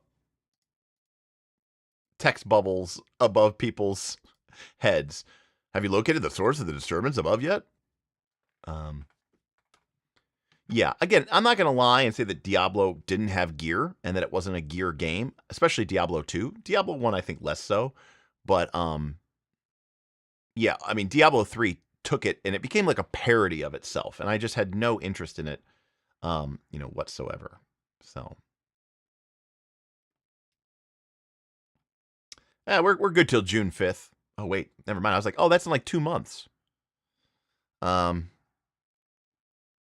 I remember this game, Demon Stone for Forgotten Realms. I remember that game.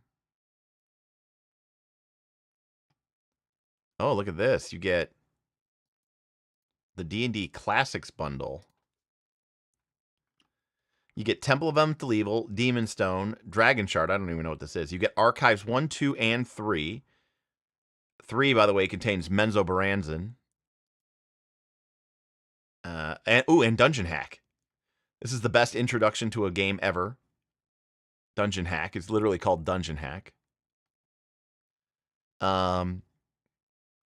Collection 1. Oh, look at that. Oh my god. Oh. These are like my favorite CRPGs of all time. I'm not even kidding you, by the way. Like, Eye of the Beholder, I fucking love it. So this is actually EOB 1, 2, and 3. Yeah, so this is Eye of the Beholder 1, 2, and 3. This is Strategic Simulations Interactive, or whatever it's called, Westwood Studios. Fantastic. Now these are the old gold boxes, right? I will freely admit that I grew up playing these on my Commodore, on my Amiga, I should say. These are a little rough. Okay, not saying that they're unplayable, but see, this is for me. This is just an indication. Okay, so these are like the gold box games. This is like Pools of Radiance, Curse of Azure Bonds, all this stuff. These are great and they're fun, but the graphics here are a little, rough for me, and the lack of graphical interface and the UI is a little rough. Not unplayable, but a little rough. However, Eye of the Beholder, okay, 2, this interface, I think this looks amazing. In fact, I would rather play this than Baldur's Gate 3. Like, I think that this is like perfection. Like, this is like literally what I want out of a game. This is amazing. They've got the silver box too. Wow. Wow, look at all this. This is awesome. They've got the Kryn games, the Dark Sun games. They even have the Al Qadim games. Holy shit. I never played these. Wow. Now, do they have... No, they do not have Might and Magic. But I think I own them on that Old Games Done Badly or something. What's it called? Good Old Games. Is that what it's called? Goog or something? GOG or something? I remember there was a sale, and I bought all of the Might and Magics, which were also an incredible game. That I love those.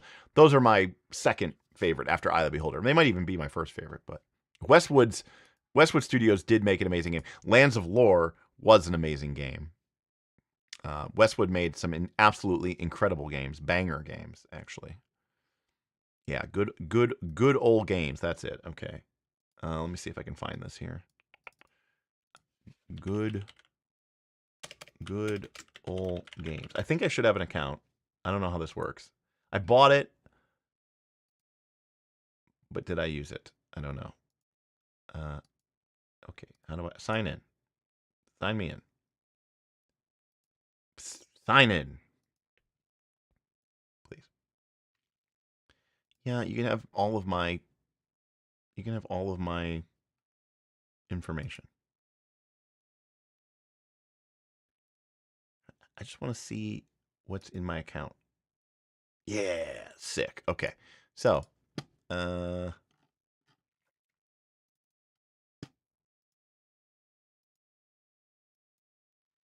we've got Might and Magic, Swords of Zine, Might and Magic 2, Gates to Another World, Might and Magic 3, Isles of Terra, Might and Magic 4 and 5, World of Zine, which is Clouds and Dark Side, and then Might and Magic 6, The Mandate of Heaven. These might be my favorite video games of all time. It's tough to say. Like 4 and 5, Might and Magic, is probably my favorite video games of all time. 3 is really good, but it's 4 and 5 like perfected it. The problem with 6 is 6 became a 3D game, and I don't like it as much. But these I would happily play. I mean, these are amazing. These are incredible. The early ones again are a little rough, but the early ones, oh my god, so good. Yeah, any of that stuff is too modern for me, for sure. Unfortunately, it just is. They're not bad though. I mean, like the concept behind Pillars of Eternity, right? Pillars of Eternity was made by, right, that same studio, right? I think I could be wrong. No, it was made by Obsidian and Paradox, but it was like the spiritual successor, right, to like Icewind Dale, and I think it was like the same people, right? It wasn't the same studio, but it was like the same people. So I've never played it.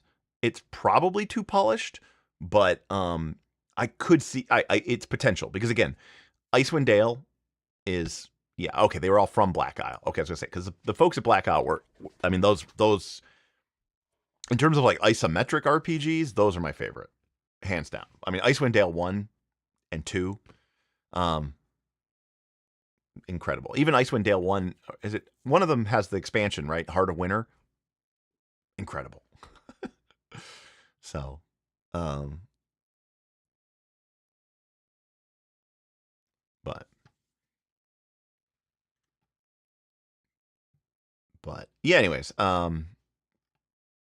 those are okay. It really comes down to is like how much voice chat there is, and like, and how much cutscenes there are, and I can't deal with that stuff, at all.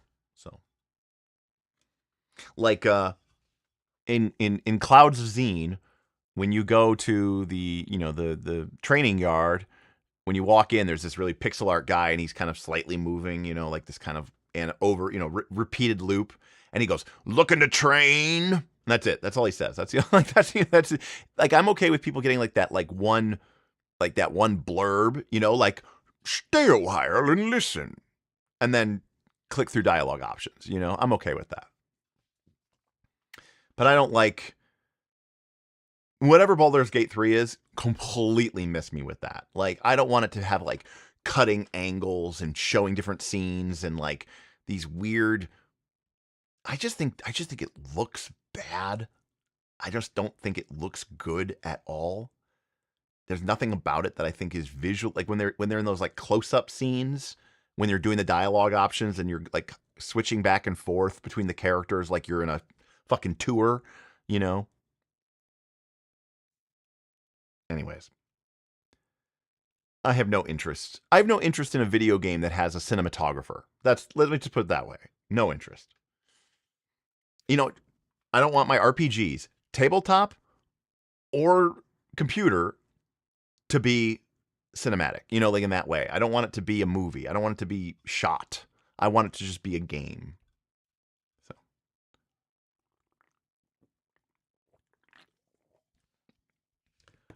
anyways.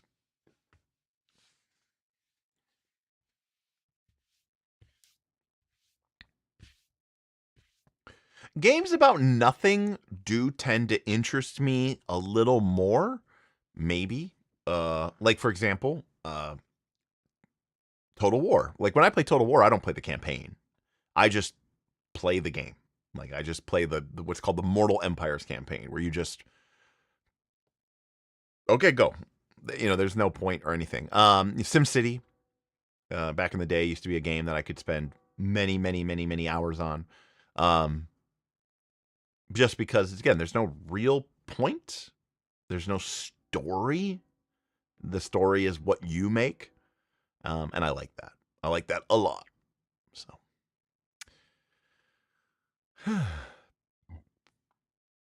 so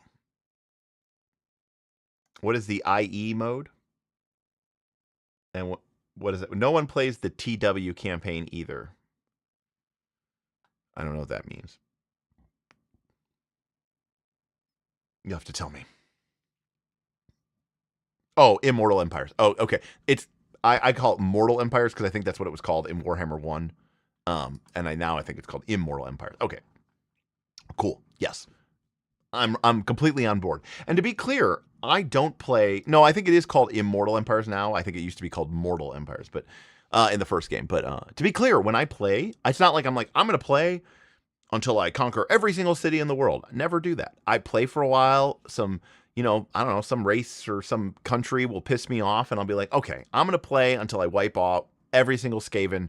Or, I remember I had a dwarf campaign that started off, and I was dealing with orcs and goblins, and I ended up going up north, and then I got into it with chaos, and then the dark elves were fucking with me, and I said, enough of this. So I like crossed over the top of the world, and then I wiped out all the dark elves. And I didn't conquer the world, but I was like, that was it. It was like I set the goal, I achieved it, and I said, good enough.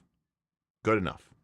Fair on you. Play, yeah, right. Play deal, have enough. That's quite literally my style of game. I would rather have play until you've had enough rather than whatever contrived hypersexual story that they're trying to tell me in Baldur's Gate 3 or whatever. No interest in it. Zero.